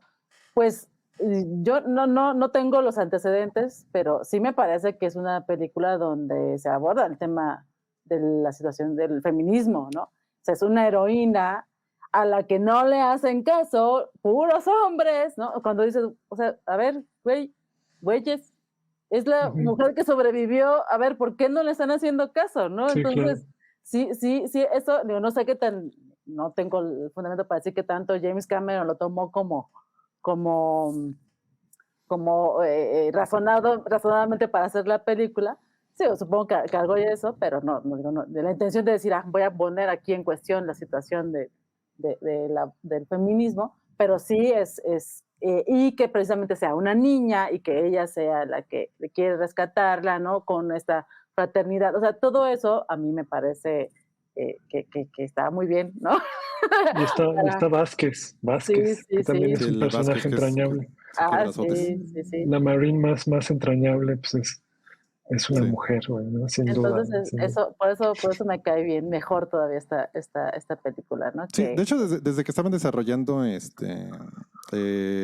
78, la de Ridley Scott, digamos la original, sí se habló de eso, o sea, sí se sabe que se trataba de tener un personaje femenino como protagonista.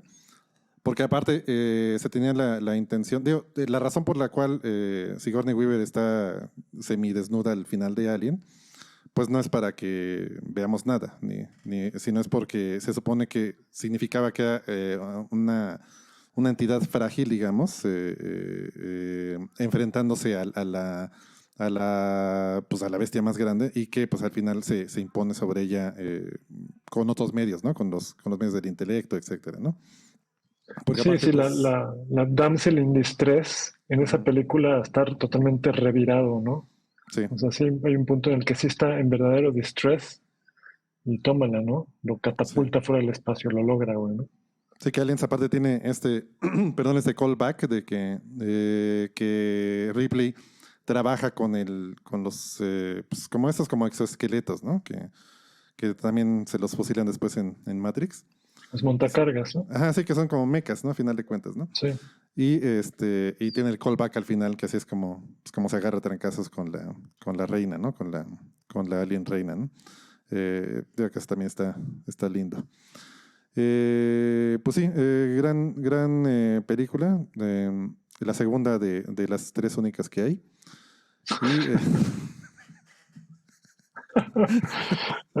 Salud por eso, güey, salud. Sí. Pero lo bueno es que no queremos armar polémica. Por el mal, señor. Todavía pacifista aquí.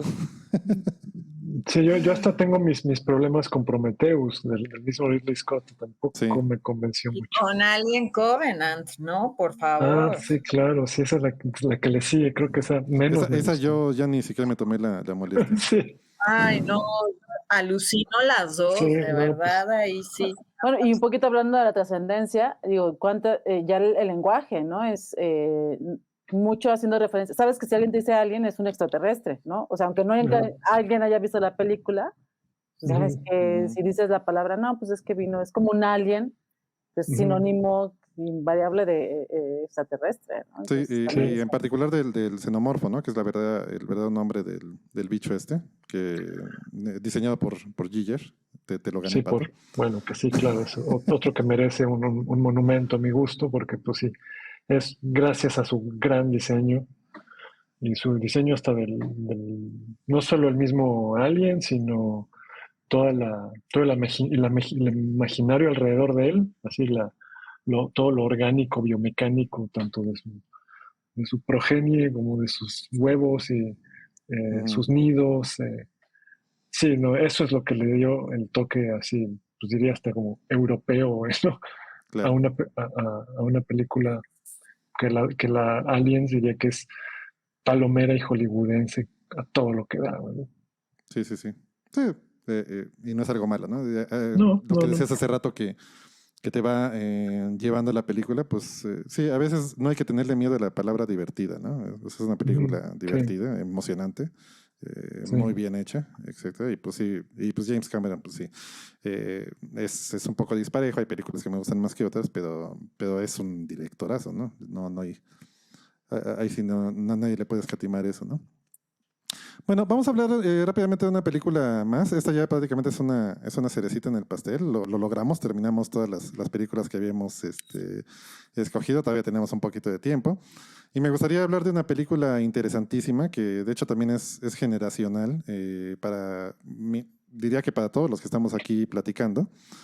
Es una película que todo mundo vio al menos una vez y de ahí pues de a 4 o 5 veces, por lo menos para entenderle. En su tiempo. No estoy muy seguro cómo presentar a los directores, en este caso, así como las hermanas Wachowski o como los en aquel entonces hermanos Wachowski. Pero pues es una obra maestra de la ciencia ficción y pues ya todo el mundo adivinó que estamos hablando de Matrix.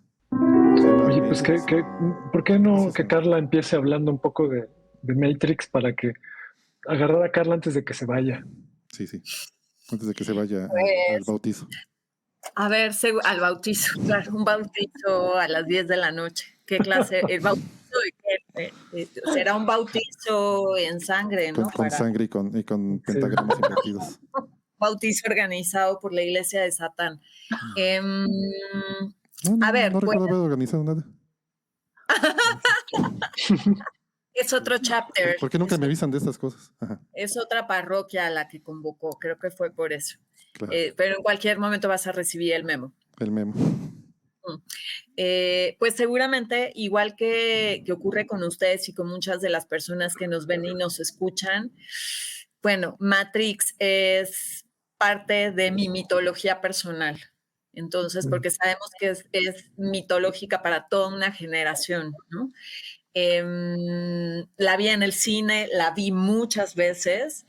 Yo también tengo un statement en el sentido de que igual que hicieron ustedes con Alien, con la saga de Alien, que dijeron, hasta aquí llegó el mito, yo también así tomé mi decisión y dije, después de la primera, ahí se Sí, cuenta el es solo monomito, una, sí.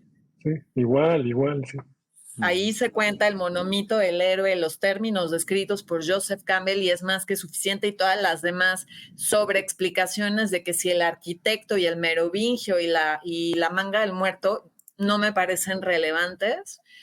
Es una película que por muchas razones significa mucho, pues no nada más para mí, ¿no? Para muchísima gente en términos de efectos especiales, secuencias de pelea, bueno, obviamente el carisma. Fíjense que en el programa de hoy hemos referido a muchos bombones, ¿no? Porque estábamos hablando hace rato de Brad Pitt, en 12 Monkeys, en Thelma and Louise, hace rato hablaste, Adrián, de esta película de Enterrado donde sale este bombón canadiense, ¿cómo se llama este actor? Es Ryan Reynolds. Ryan Reynolds. En el programa pasado hablamos de Blade Runner, también con el bombón de Harrison Ford y después con el bombón de Ryan Gosling, y en este caso está no nada más la guapura, sino el carisma arrebatador de Keanu Reeves haciendo un personaje memorable, ¿no? Que ha sido, además se han hecho memes y han salido de ahí como, no sé, eso ha dado pie para muchas otras copias, muchas otras citas, muchos otros intertextos. ¿Y qué decir de el personaje de la Némesis? Pues el personaje que dice Mr. Anderson, el agente, ¿cómo se llama? Smith. El agente Smith. Weaving, ajá. Sí, el agente Smith. Que es increíble también, ¿no? O sea, todo el reparto está fabuloso. No acabaríamos de hablar solamente del reparto, que es espectacular. Dice Pati, si yo tengo un hijo le pondré Keanu y harás muy bien. Harás muy bien. Igual que su padre, espero. No. Que se llame igual. Que se llame igual que su padre, sí, por favor. Me parece muy correcto, Pati. Bueno, concluyo mi intervención de la misma manera que comencé. La razón por la cual esta película me resuena, no nada más por su espectacularidad visual y por su historia, es porque cuando la vi, yo ya había leído El héroe de las mil caras de Joseph Campbell y me pareció súper emocionante. Digamos, bueno, sí, ya sabemos toda esta historia de cómo se apareja la historia del héroe de las mil caras con la saga de Star Wars, pero cuando vi retomado el monomito del héroe en esta película con esa impecabilidad, me volví loca, me explotó la cabeza, me emocioné y fue una de esas películas donde terminé de verla e inmediatamente después de haber salido del cine compré el siguiente boleto y me la volví a chutar. Y esas fueron las primeras dos de muchas veces que la he visto cada cierto tiempo, la revisito. Me atrevería a decir, seguramente como ustedes también, que me la sé escena por escena y me sé los parlamentos y todo, al menos de la primera. Digamos, vi las tres. La que sí no soporté, no aguanté, pero así ni los primeros 10 minutos, es la que salió más recientemente. Sí, Resurrections. Dije, no puedo con esto. Yo otra vez ni siquiera me tomé la molestia. No, yo no pude. Le di 10 minutos de chance y dije, no, está tocando algo que es sagrado para mí. No puedo con esto. Que me perdonen las hermanas Wachowski, yo no puedo con esto, quiero que el recuerdo quede así como está. Y es lo que puedo comentarles. Uf, no, pues ya, con eso. Pues ya. Sí, no, bueno, pero ¿quién no tiene una gabardina negra, por Dios? ¿No? Sí, justo yo iba a decir eso, precisamente. Yo no tengo. No, ni yo tampoco, de hecho. Pero, al menos en la cabeza. Sí, yo tengo, para taparme tengo como 3 prendas, cuando mucho, pues soy muy caluroso, entonces sí, no te manejo la gabardina negra. Sí, pero justo iba a decir eso, que esta película es tan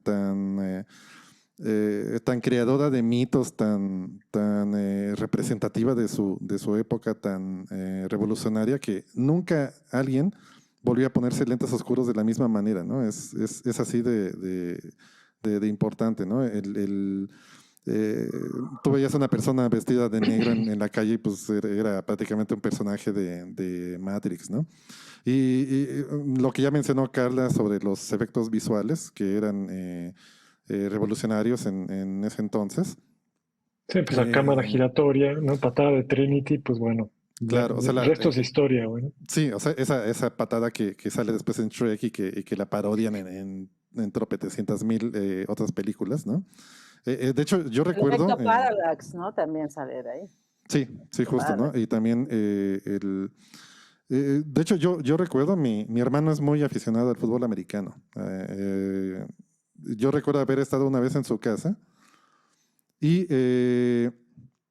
haber visto ese mismo efecto en un capítulo de fútbol americano, ¿no? Es el que está saltando un jugador y que está en una jugada y que hacían el efecto de darle la vuelta a la jugada, pues porque alguien se había tomado la molestia de poner cámaras alrededor de la cancha, ¿no? Sí, impresionante, ¿no?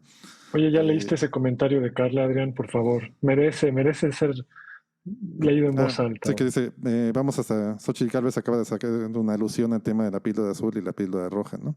Lo de las píldoras. Sí, lo de las píldoras, hasta la fecha se dice. Y de hecho, he escuchado últimamente que dicen que cuando alguien es capaz de ver las cosas como ocurren es porque ya se tomó la píldora roja, ¿no? Que es a final de cuentas eso, ¿no? Y eso nos lleva también a la reflexión de ¿qué es el verdadero tema de la película a final de cuentas, ¿no? ¿Qué es lo que es real, ¿no? Que es una de esas cosas que todo el mundo hemos pensado alguna vez de chicos, incluso ya más grandes, y que digamos que nos quitan el sueño. Y si todo esto en donde estamos ahorita no es cierto, y si todo esto es una simulación, y si todos saben algo que yo no sé, es una cosa que yo pensaba mucho de niño, ¿no? Dos cosas, ¿no? Que todo fuera una simulación o que todos me están escondiendo algo, que ese es el argumento de Truman Show, ¿no? O sea, todos están haciendo las cosas para mí, o sea, están actuando para mí, pero me están escondiendo algo, ¿no? Como el cubo. Sí. En contra de mí. Sí, o en contra de mí, ¿no? Y yo me acuerdo que yo cuando vi la película, también yo pensé en una cosa, ¿no? Que es, bueno, y cómo los que están afuera, o sea, los que están desconectados en la nave, cómo saben que ellos sí están en el mundo real, ¿no? O sea, podría haber otra capa, ¿no? O sea, también podría ser que ellos están en otra Matrix a su vez. Y así sucesivamente, ¿no? Que es, digamos que si ya pudo existir una vez, puede existir una cantidad infinita de veces, ¿no? El hecho que alguien pueda hacer una simulación, ¿no? Una vez leía que la manera de saber si vivimos o no vivimos en una simulación es saber si alguna vez vamos a hacer una simulación. O sea, si algún día somos capaces de hacer una simulación que sea indistinguible de la realidad, quiere decir que vivimos indefectiblemente en una simulación, que es, ahí les dejo ese pensamiento para dormir, ¿no? Significa que si ya fuimos capaces de hacerlo, significa que es posible, ergo ya se pudo hacer, ¿no? Y nosotros vivimos en una simulación, pero no solamente eso, sino la gente que hizo la simulación probablemente también vive en una simulación a su vez, de alguien que ya la hizo antes, ¿no? Que es un poquito el concepto de Inception, ¿no? Bueno, sí, no un poquito, un bastantito. Sí, pues es una cosa así que da vértigo, ¿no? O sea, me marea simplemente de pensarla, al grado que ya casi uno pues mejor prefiere la pastilla azul, ¿no? Game over, man. Game over. Sí, porque sí, hay un momento en el que tú eres Team Cypher, ¿no? El cuate que por cierto es calvo. Todos los malos de las películas son calvos, por cierto. Por algo será. Y Cypher... Lo dice un calvo, ¿eh? Lo dice un calvo. Sí, pero, ojo, el personaje de Lawrence Fishburne es calvo también, ¿no? Y no es malo para nada. Quizás aquí es la excepción. ¿Quién sabe? Mira que... dejemos que eso lo decida la gente, porque fíjate en esto, ¿eh? Si tiene razón Cypher, y es mejor vivir en la ignorancia porque pues, puedes comer el sabroso filete que le ofrecen y demás, que por eso los vende él, ¿no? O sea, lo único que pide es regresar a la Matrix y no saber nada, ¿no? Que es a final de cuentas lo que a nosotros nos gustaría, ¿no? Si nos enteramos de repente que no existimos y que somos parte de una simulación, carajo, ese filete se vuelve muy atractivo de repente, ¿no?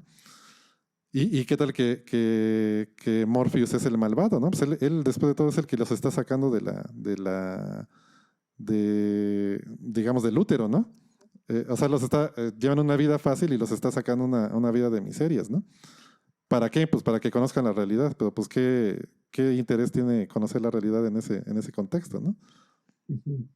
Y a mí me remite mucho a cosas como pues Aristóteles, bueno, no Aristóteles, más bien Sócrates y la caverna de Platón, ¿no? Sí, uy, o sea, pues es que sí, si ya te sales de la caverna y luego ya no sabes si quedarte afuera o regresarte, ¿no? O sea, si te quedas así, pues ¿y ahora qué hago? No hay otro lugarcito por ahí que tengan guardado donde quepamos los que ya no salimos o los que ya se salieron. Pues, esto es lo que hace a Matrix un clásico, ¿no? O sea, que podemos estar un rato hablando de conceptos, como decía Scala, del monomito, teorías de la simulación, ¿no? En la caverna de Platón, ¿no? ¿Qué hace un hombre y qué es la realidad, ¿no? Entonces digo, todas las películas, algunas lo tocan, pero Matrix de veras se mete así completamente en el tema, ¿no? Al grado, pues, sí, que es casi como filosofía disfrazada de ciencia No, ficción. y yo creo que todos nos identificamos con el momento en que, ¿cómo se llama el personaje de Keanu? Se me fue. Bueno, el personaje Neo. de Neo. O bueno, Claro, Mr. Anderson es cuando todavía no está despierto, sí. es Mr. Anderson. Le revelan esto y se rehúsa, su negación de decir, no, Se llama no, Papacito. no. Sí. Se llama mi cielo, al rato te veo allí. Se llama Keanu Bosques porque Keanu Bosques, sí. porque es feminista, entonces Claro. va Va a a poner cambiar. el apellido. Sí, sí. Y que no, y se rehúsa a decir, ¿no? Es la negación, y yo así dije, sí, está cañón, ¿no? Que te revelen, no, pues, lo que estás viviendo no es real, pues dices, no, como no, o sea. Sí, que aparte esos cuates cuando están en el mundo real comen engrudo, ¿no? Es un líquido ahí desagradable y todo el tiempo están a salto de mata, ¿no? Porque aparte nadie les quiere hacer nada cuando están en la Matrix. Es hasta que salen, hasta que todo se les pone pelegos y entonces ya el mundo los quiere matar, ¿no? Entonces, y el famoso error en la Matrix, ¿no? Que ya todo el mundo también del dominio público andar diciendo, no, pues es que ya hubo un error en la Matrix. Todo el tiempo, claro, cierto, sí. Sí, justamente el otro día que... Sí, ya no dices déjà vu, ¿no? Ya dices, es un error en la Matrix. Ya sustituyó completamente el concepto. Increíble.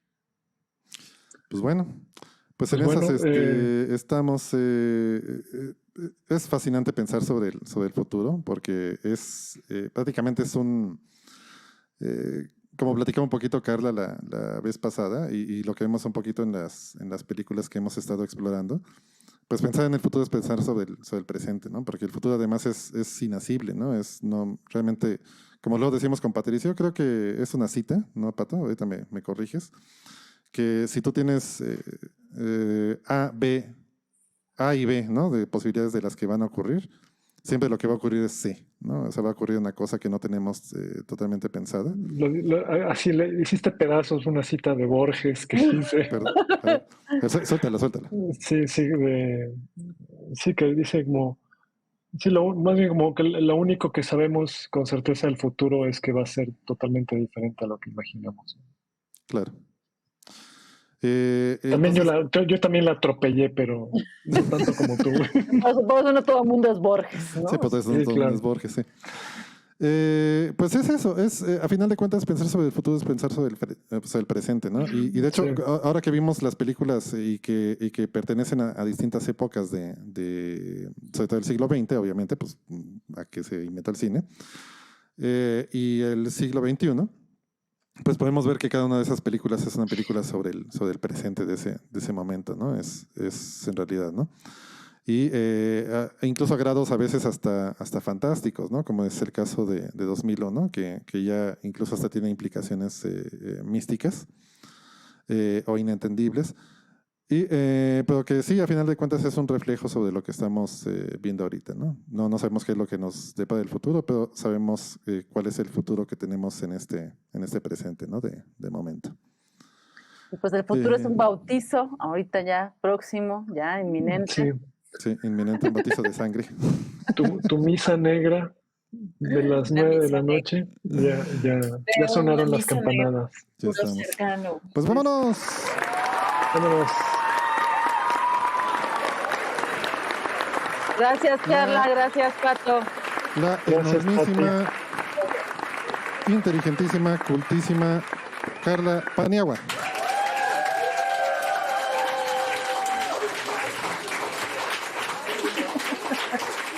Muchísimas gracias. ¿Algo que agregar? ¿Algo que agregar sobre tu bautizo, Carla? ¿No? ¿Sobre el futuro? Bueno, el futuro, dice Jim Dator que el futuro no se puede predecir porque no existe, pero es muy útil, esto ya no lo dice tal cual Jim Dator, es una paráfrasis, pero pensar acerca del futuro nos permite incidir en él. Entonces, creo que aquí hablamos sobre todo de lo que no nos gustaría que pasara. Estas películas que revisamos convocan muchos de nuestros temores. Entonces, la pregunta es, ¿yo qué podría hacer, no para vivir este futuro distópico como algo inevitable, sino para sortearlo. Yo desde mi actual posición, desde mi vida ordinaria, ¿qué puedo hacer para que esto no se convierta en un futuro inevitable? Porque a veces tendemos a pensar que lo que va a pasar es responsabilidad de alguien más, del gobierno, de Elon Musk, de Mark Zuckerberg y de una bola de pelados que pues a lo mejor no están en condiciones de decidir, bueno, vamos, ni acerca de su propia vida. Entonces, pienso que el ejercicio vale, aparte del gozo de ver cine, vale en términos de pensar qué puedo hacer yo para que el futuro distópico no se concrete. Enorme. Carla Peniagua, queridísimos. Patricia Peteo. Muchas gracias. Qué agasajo. Más de estas conversaciones y más películas chingonas. Muchas más que vienen además en los siguientes episodios de La Pepena. Bueno, Pati. Es todo. Pensar Vamos. en perspectiva, ¿no? O sea, la perspectiva, lo que dice Carla, ¿no? Y que esa perspectiva que nos viene es que vamos a seguir haciendo más pepenas, mucho mejores y con invitados de este calibre. Bueno, pues el futuro que nos depara para este programa va a ser maravilloso. El futuro. El gran futuro. Vámonos, hasta luego. Ay. Vamos a la siguiente Pepena. Bye.